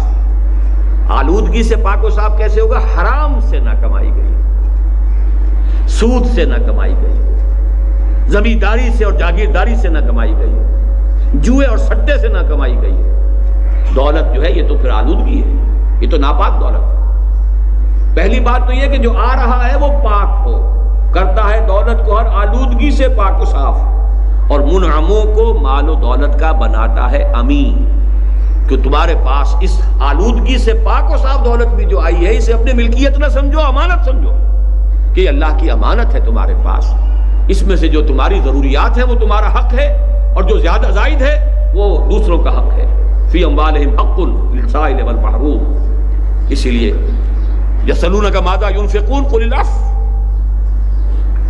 اس سے بڑھ کر اور کیا فکر و عمل کا انقلاب؟ بادشاہوں کی نہیں، اللہ کی ہے یہ زمین۔ سارا امپیریلزم اور ملوکیت اور جاگیرداری، اور در حقیقت جاگیرداری ملوکیت کے پاؤں ہوتے ہیں۔ جیسے کنسلا ہوتا ہے، اس کے سینکڑوں پاؤں ہوتے ہیں، تو ایک بادشاہ کے سینکڑوں پاؤں ہوتے ہیں جاگیردار جو ہے۔ چشم عالم سے رہے پوشیدہ یہ آئیں تو خوب۔ یہ غنیمت ہے کہ خود مومن ہے محروم یقین، غنیمت ہے ابھی یہ۔ مومن کو اپنی دولت کا پتہ ہی نہیں ہے، اسے یقین ہی نہیں ہے، وہ دوسروں کے پیچھے مارا مارا پھر رہا ہے۔ وہ ثقافت مانگتا ہے کہیں ہندوستان سے اور کہیں انگلستان سے، وہ کوئی نظام مانگتا ہے تو کبھی مانگتا ہے روس سے اور کبھی مانگتا ہے امریکہ سے۔ اس کے پاس اسے معلوم ہی نہیں، محروم یقین ہے، اس کے پاس جو کچھ ہے اسے اس کا شعور نہیں، اسے اس کی حیثیت نہیں معلوم ہے یہی بہتر الہیات میں الجھا رہے، یہ کتاب اللہ کی تعویلات میں الجھا رہے، یہ لگا رہے الہیات کے جو مسئلے ہیں، فلسفیانہ مسئلے ہیں، اور کتاب اللہ کی تعویلات آگے پیچھے۔ اب اس ایک شعر کی جو ہے یہ گویا کہ اگلی بند میں، آخری بند میں شرح ہے۔ توڑ ڈالیں جس کی تکبیریں طلسم شش جہات، ہو نہ روشن اس خدا اندیش کی تاریک رات۔ یہ آخری اب اس کی ہدایات ہیں اپنے ان تمام جو بھی اس کے مرید ہیں اور جو مشیر ہیں۔ پہلا کام تو یہ ہے، اس مسلمان اللہ سے ڈرنے والے مسلمان کی رات تاریک ہی رہنی چاہیے، ہو نہ روشن اس خدا اندیش کی تاریک رات۔ اور وہ کس طرح تاریک ہوگی؟ ان مسائل میں الجھاؤ۔ یہ مسائل وہ ہیں جو غلام احمد قادیانی نے اٹھائے تھے اور جس کے اندر ایک بڑا طوفان اس ملک کے اندر جو ہے برپا ہو گیا تھا۔ ابن مریم مر گیا یا زندہ جاوید ہے؟ حضرت مسیح علیہ السلام کا انتقال ہو گیا یا یہ کہ وہ زندہ آسمان پر اٹھا لیے گئے؟ اس پہ طوفان بحثیں شروع ہو گئیں۔ ظاہر بات ہے جو ریشنلسٹ تھے، جو سائنٹیفک اور سائنٹیفک ریشنلزم بھی نیوٹن کے دور کا، نیوٹونین فزکس کا، وہ سب بہہ گئے اس کے اندر۔ ابن مریم مر گیا یا زندہ جاوید ہے، یہ تو اور ایک قدیم مسئلہ ہے، صفات ذات حق، حق سے جدا یا عین ذات۔ یہ پرانا علم کلام کا مسئلہ لا ینحل، لیکن اس کی شرح کا اس وقت موقع نہیں ہے۔ آنے والے سے مسیح ناصری مقصود ہے یا مجدد جس میں ہو فرزند مریم کے صفات؟ یہ پھر خالص قادیانی مسئلہ ہے کہ جس کی پیشن گوئیاں احادیث میں ہیں وہ وہی حضرت مسیح نہیں ہوں گے، عیسیٰ ابن مریم جو ناصرہ میں جن کی پیدائش ہوئی تھی، ناظرت، بلکہ یہ تو کوئی ایسے مجدد ہوں گے جس میں ابن مریم کی سی صفات ہوں گی۔ ہے کلام اللہ کے الفاظ حادث یا قدیم، امت مرحوم کی ہے کس عقیدے میں نجات؟ یہ قدیم مسئلہ اسی طریقے سے تھا کہ جو عباسی دور میں پیدا ہوا تھا، قرآن مخلوق ہے یا غیر مخلوق ہے، اور الفاظ جو ہیں اس کے حادث ہیں یا قدیم ہیں۔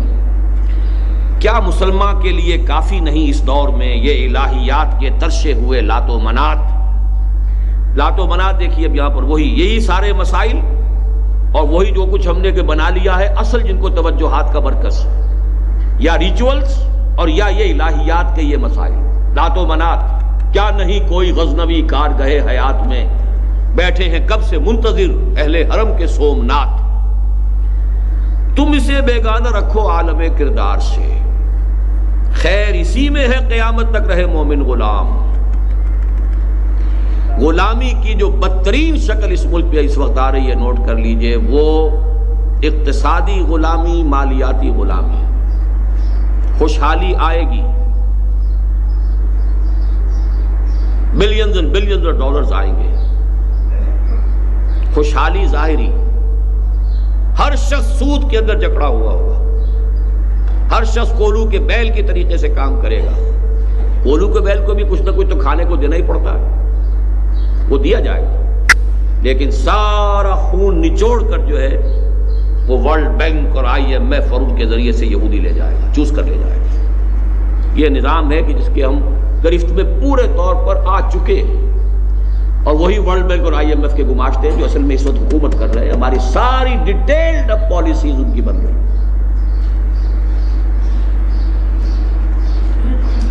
تم اسے بیگانہ رکھو عالم کردار سے، تا بساط زندگی میں اس کے سب مہرے ہوں مات، خیر اسی میں ہے قیامت تک رہے مومن غلام، چھوڑ کر اوروں کی خاطر یہ جہان بے ثبات۔ ہے وہی شعر و تصوف اس کے حق میں خوب تر، جو چھپا دے اس کی آنکھوں سے تماشائے حیات۔ شعر ہو، تصوف ہو، روحانی جو ہے منزلیں طے ہو رہی ہوں اور عروج ہو رہا ہو، تقرب بالنوافل ہو رہا ہے، لیکن زندگی کیا ہے، کیا ہو رہا ہے، کیا معاملہ ہے، کس کا نظام ہے، کس کا قانون ہے، کس کے لیے یہ ساری بساط، اس کا کوئی۔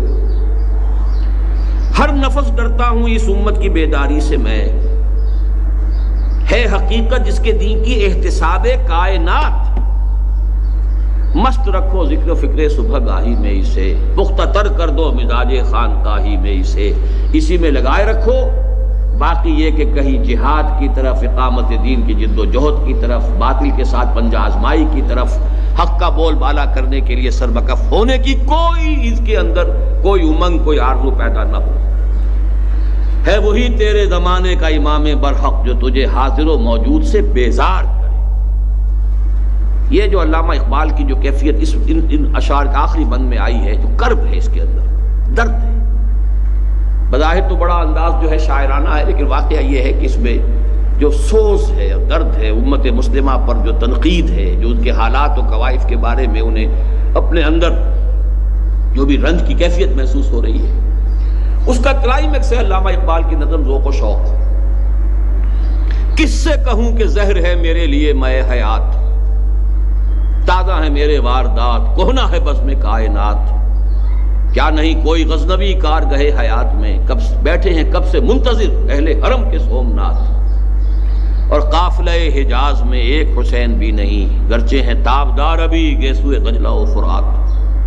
بہرحال اس امید میں جو علامہ اقبال رہے ہیں، میں ایک بات شروع میں جو کہنا چاہتا تھا وہ میں آخر میں اب کہہ دوں کہ علامہ اقبال کا یہ معاملہ جو ہے شاعری کے ساتھ، جیسا کہ میں نے عرض کیا شروع میں گل و بلبل کی شاعری بھی تھی اور وہ فراق اور ہجر کی شاعری بھی تھی، پھر ملی شاعری آئی ہے، آخری دور جو ہے وہ خالص پیغام ہے علامہ اقبال کا، اور اس کا خلاصہ ملخص جو ہے یہ نظم ہے۔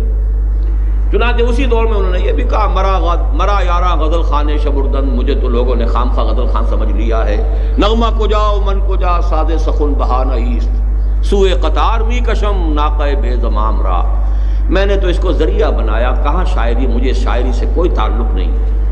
یہ جو مسلمان قوم ہے کہ جو بکھر گئی ہے، منتشر ہو گئی ہے، قافلے میں اونٹ چلتے ہیں ساتھ ساتھ ایک قطار کے اندر، سوئے قطار می کشم، یہ ناقائیں جتنی ہیں اور یہ جو اونٹ ہیں اور اونٹنیاں ہیں یہ بکھر گئی، منتشر ہو گئیں، انہیں ایک قطار میں لانے کی کوشش کر رہا ہوں کہ ایک سینس آف پرپس ہو، ایک ڈیسٹنی سامنے ہو، ایک مقصد ہو، ایک زندگی کا نصب العین ہو، اس کے لیے جد و جہد ہو، اس کے لیے ایک نظم جماعت ہو۔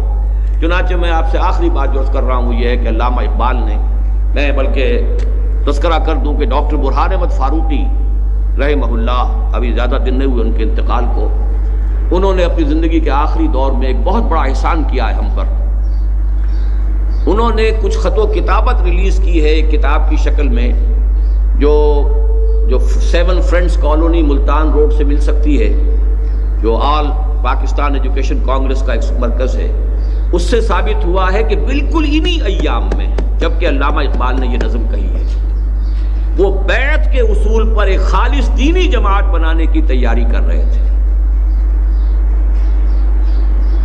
یعنی مسلم لیگ کے لیے جو کام کیا انہوں نے، جس نہج پر کیا، وہ سب کو معلوم ہے، لیکن وہ خط و کتابت جو ہوئی ہے اس کے لیے باقاعدہ بیعت نامہ تیار ہو گیا ہے اور اس کے لیے سارے میدان ہموار ہو چکا تھا، لیکن بعد میں کچھ اپنے ساتھیوں کی طرف سے ان کی کم ہمتی سے بدل ہو کر وہ بات رہ گئی، لیکن وہ پوری تفصیل کہ سوئے قطار بھی کشم ناقہ بے زمام را، کہ بیعت کی بنیاد پر، اور خاص طور پر نفی کی ہے یہ جمہوری ادارے اور اس طرح کی جماعتیں بنانا، یہ بالکل غلط کام ہے۔ اصل طریقہ ہے بیعت کی بنیاد پر، امارت کے اصول پر جماعت بنانا، تاکہ وہ دین کی اقامت کے لیے اس ابلیس کے ساتھ پنجہ آزمائی اس کے بغیر نہیں ہو سکتی۔ ایک ایسی جماعت کہ جو ایک شخص سے بیعت کر کے سم و طاعت فی المعروف کے رشتے کے اندر منسلک ہو چکی ہے، اس کے بغیر ابلیسی قوتوں کا مقابلہ ناممکن۔ وقت اگرچہ زیادہ ہو گیا ہے، میں 15 منٹ آپ کے اور دوں گا آج، پھر دو جمعوں کی چھٹی آپ کو دے رہا ہوں۔ اس کے بعد میں نے عرض کیا تھا 15 دن پہلے یہاں کہ پاکستان میں حکومت کی تبدیلی کا موسم شروع ہو چکا ہے اور سن 77 کی سی صورتحال شاید جلدی پیدا ہو جائے۔ اب آپ نے دیکھ لیا اس کے شواہد جو آئے ہیں، آج ایک تعلیم یافتہ نوجوان اور ایک باقاعدہ سیاسی عہدیدار، عام کارکن نہیں، اس کی ہلاکت کا معاملہ ہو گیا ہے، اور یہ گویا کہ جلتی پر تیل ڈالنے والی بات ہو جائے گی، اور اس میں وہ سارے اب موجود ہیں امکانات جو ہیں، پوٹینشیلٹیز کے کوئی بڑی تحریک جو ہے اٹھ کھڑی ہو۔ لیکن یہ کہ میں نے پچھلی مرتبہ بھی کہا تھا، اب پھر کہہ رہا ہوں، اب جب یہ ہنگامہ ہوگا، جب شور ہوگا، جب سب کچھ ہوگا، تو اسلام کا نام بھی آئے گا، دین کا نام بھی اچھلے گا، کچھ مولوی حضرات بھی نمایاں ہوں گے، کچھ ان کے جو بیانات بھی ہیں وہ شہ سرخیوں سے آئیں گے، لیکن اچھی طرح سمجھ لیجئے کہ نظام کا بدلنا اور شے ہے، چہروں اور ہاتھوں کا بدلنا اور شے ہے۔ اگر اس فرق کو ملحوظ نہیں رکھیں گے تو بہت سے ساتھی ہوتے ہیں اپنی سادہ دلی میں، اہل الجنت بلغن، وہ سادہ دلی جو ہے ان کی سادہ دلی میں وہ پھر بہہ جاتے ہیں ان چیزوں کے اندر۔ ہمارا معاملہ یہ ہے کہ ہمیں اپنی پوری توجہ مرکوز کرنی ہے اس ابلیسیت کے مقابلے کے لیے ایک منظم قوت فراہم کرنے کی۔ باقی تو سب اس کے مرید ہیں، وہ کوئی بھی ہو۔ اس وقت جو بھی سیاسی عنصر اس ملک میں ہے وہ امریکہ کی گرفت سے باہر جا سکتا ہی نہیں۔ کوئی انقلابی قیادت کے جو لوگوں میں مرنے کا مادہ پیدا کر دے، اور بہت بڑی تعداد میں مرنے والے لوگ، اس کے بغیر نہیں ہوگا۔ تو اس کو اپنے ذہن میں رکھیے، اپنی توجہات کو ادھر ادھر بھٹکنے نہ دیجیے۔ ایک میں نے پیشن گوئی اور بھی کی تھی، اس وقت بھی کچھ ہلکی سی خبر بھی تھی ملاقات کی، لیکن آج وہ بیان بھی باقاعدہ مولانا نورانی میاں کا آ گیا ہے کہ نواز شریف صاحب کے ساتھ اتحاد ممکن ہے۔ تو میں نے کہا بھی تھا کہ یہ نیچرل الائنس ہوگا، اور میں ویلکم کرتا ہوں، اب بھی ویلکم کرتا ہوں۔ نے بارہا کہا ہے کہ اصل میں جو ماضی کے جو بھی ایک تقسیمیں ہمارے ہاں تھیں اس کے اعتبار سے جو بریلوی مکتب فکر کے علماء ہیں یا ان کے جو سیاسی حضرات ہیں ان کو مسلم لیگ کے ساتھ ہی رشتہ جوڑنا چاہیے، اسی کے ساتھ تعلق اختیار کرنا چاہیے، تاکہ جو بھی ہمارے ہاں سیاست ہے اس میں جو بھی ایک استحکام پیدا ہوا ہے اس حوالے سے کہ اب ایک مضبوط جماعت مقابلے میں ہے۔ جو غلط نظام ہے جو چل رہا ہے اس نظام کو تو کم سے کم جو اس کے اصول ہیں اس کے مطابق چلایا جائے، تو اس حوالے سے ٹو پارٹی جو ایک صورت بن چکی ہے ہمارے ہاں اسی کو رکھنا چاہیے۔ باقی یہ کہ بقیہ مذہبی جماعتیں کیا کریں گی، وہ ملی یکجہتی کونسل کا تو ایک جو گویا کہ بڑا حصہ اگر اس طریقے سے کٹ جاتا ہے تو مجھے پہلے بھی کوئی امید نہیں تھی، اب بھی کوئی امید نہیں ہے کہ کوئی بھی انتخابی اتحاد مذہبی جماعتوں کا ہو سکے، واللہ اعلم۔ ایک بات سپریم کورٹ کے فیصلے کے بارے میں عرض کرنی ہے کہ میرے نزدیک نہایت خوش آئند بات ہے۔ جو جدید ریاست کے 3 پلرز ہوتے ہیں ان میں ایک اعتبار سے کہ دستور کی کسٹوڈین ہوتی ہے جوڈیشری، تو اگرچہ عملی حصہ ایگزیکٹو کا زیادہ ہے اور عملی حصہ جو ہے وہ لیجسلیچر کا زیادہ ہے، لیکن اس میں توازن قائم کرنا یہ در حقیقت جوڈیشری کا کام ہے۔ اور یہ ادارہ ہمارے ہاں بالکل برباد ہو گیا تھا، اس کی جو بھی پریسٹیج ہے وہ ختم ہو چکی تھی، اس کی توہین و تذلیل ہو چکی تھی، اس کا تقدس سارا پامال ہو چکا تھا۔ تو میں سمجھتا ہوں کہ یہ بھی در حقیقت ہمارے اور بھارت کے حالات میں جو مشابہت ہے اس کی ایک علامت ہے کہ وہاں پر بھی جوڈیشری نے ایک طریقے سے جو ہے وہ ایک بغاوت کی ہے، اور یہاں پر بھی انہوں نے جو فیصلہ دیا ہے اس سے یہ کہ ان کا بھی ایک اپنی سیلف ریسپیکٹ بھی بحال ہوئی ہے اور عوام کے اندر بھی اعتماد بحال ہوا۔ اگرچہ اس سے جو اندیشے ہیں اب شریعت کورٹ کے وغیرہ کے، یہ چیزیں میں پہلے بھی کہتا رہا ہوں کہ یوزلیس، ایبسولوٹلی میننگ لیس، یوزلیس انسٹیٹیوشنز ہیں یہ۔ چند مولویوں کو بہت اچھی اچھی تنخواہیں وغیرہ ملتی رہی ہیں، اللہ اللہ خیر صلی اللہ، اس کے سوا کچھ نہیں، اس کا کچھ حاصل نہیں ہوا ہے۔ اور یہ سارا کام جو ضیاء الحق صاحب نے کیا تھا انفاؤنڈڈ تھا، بنیادیں تھی نہیں، اور غلط سلط انٹ شنٹ جو ہے وہ دستور کے اندر ادھر سے ادھر ادھر سے ادھر کر دیا۔ حالانکہ سوچ سمجھ کے کوئی بات ہوتی تو جو چیز اس کے منافی تھی اس کو نکالتے، لیکن وہ نہیں، بس وہ ایڈ ہاکزم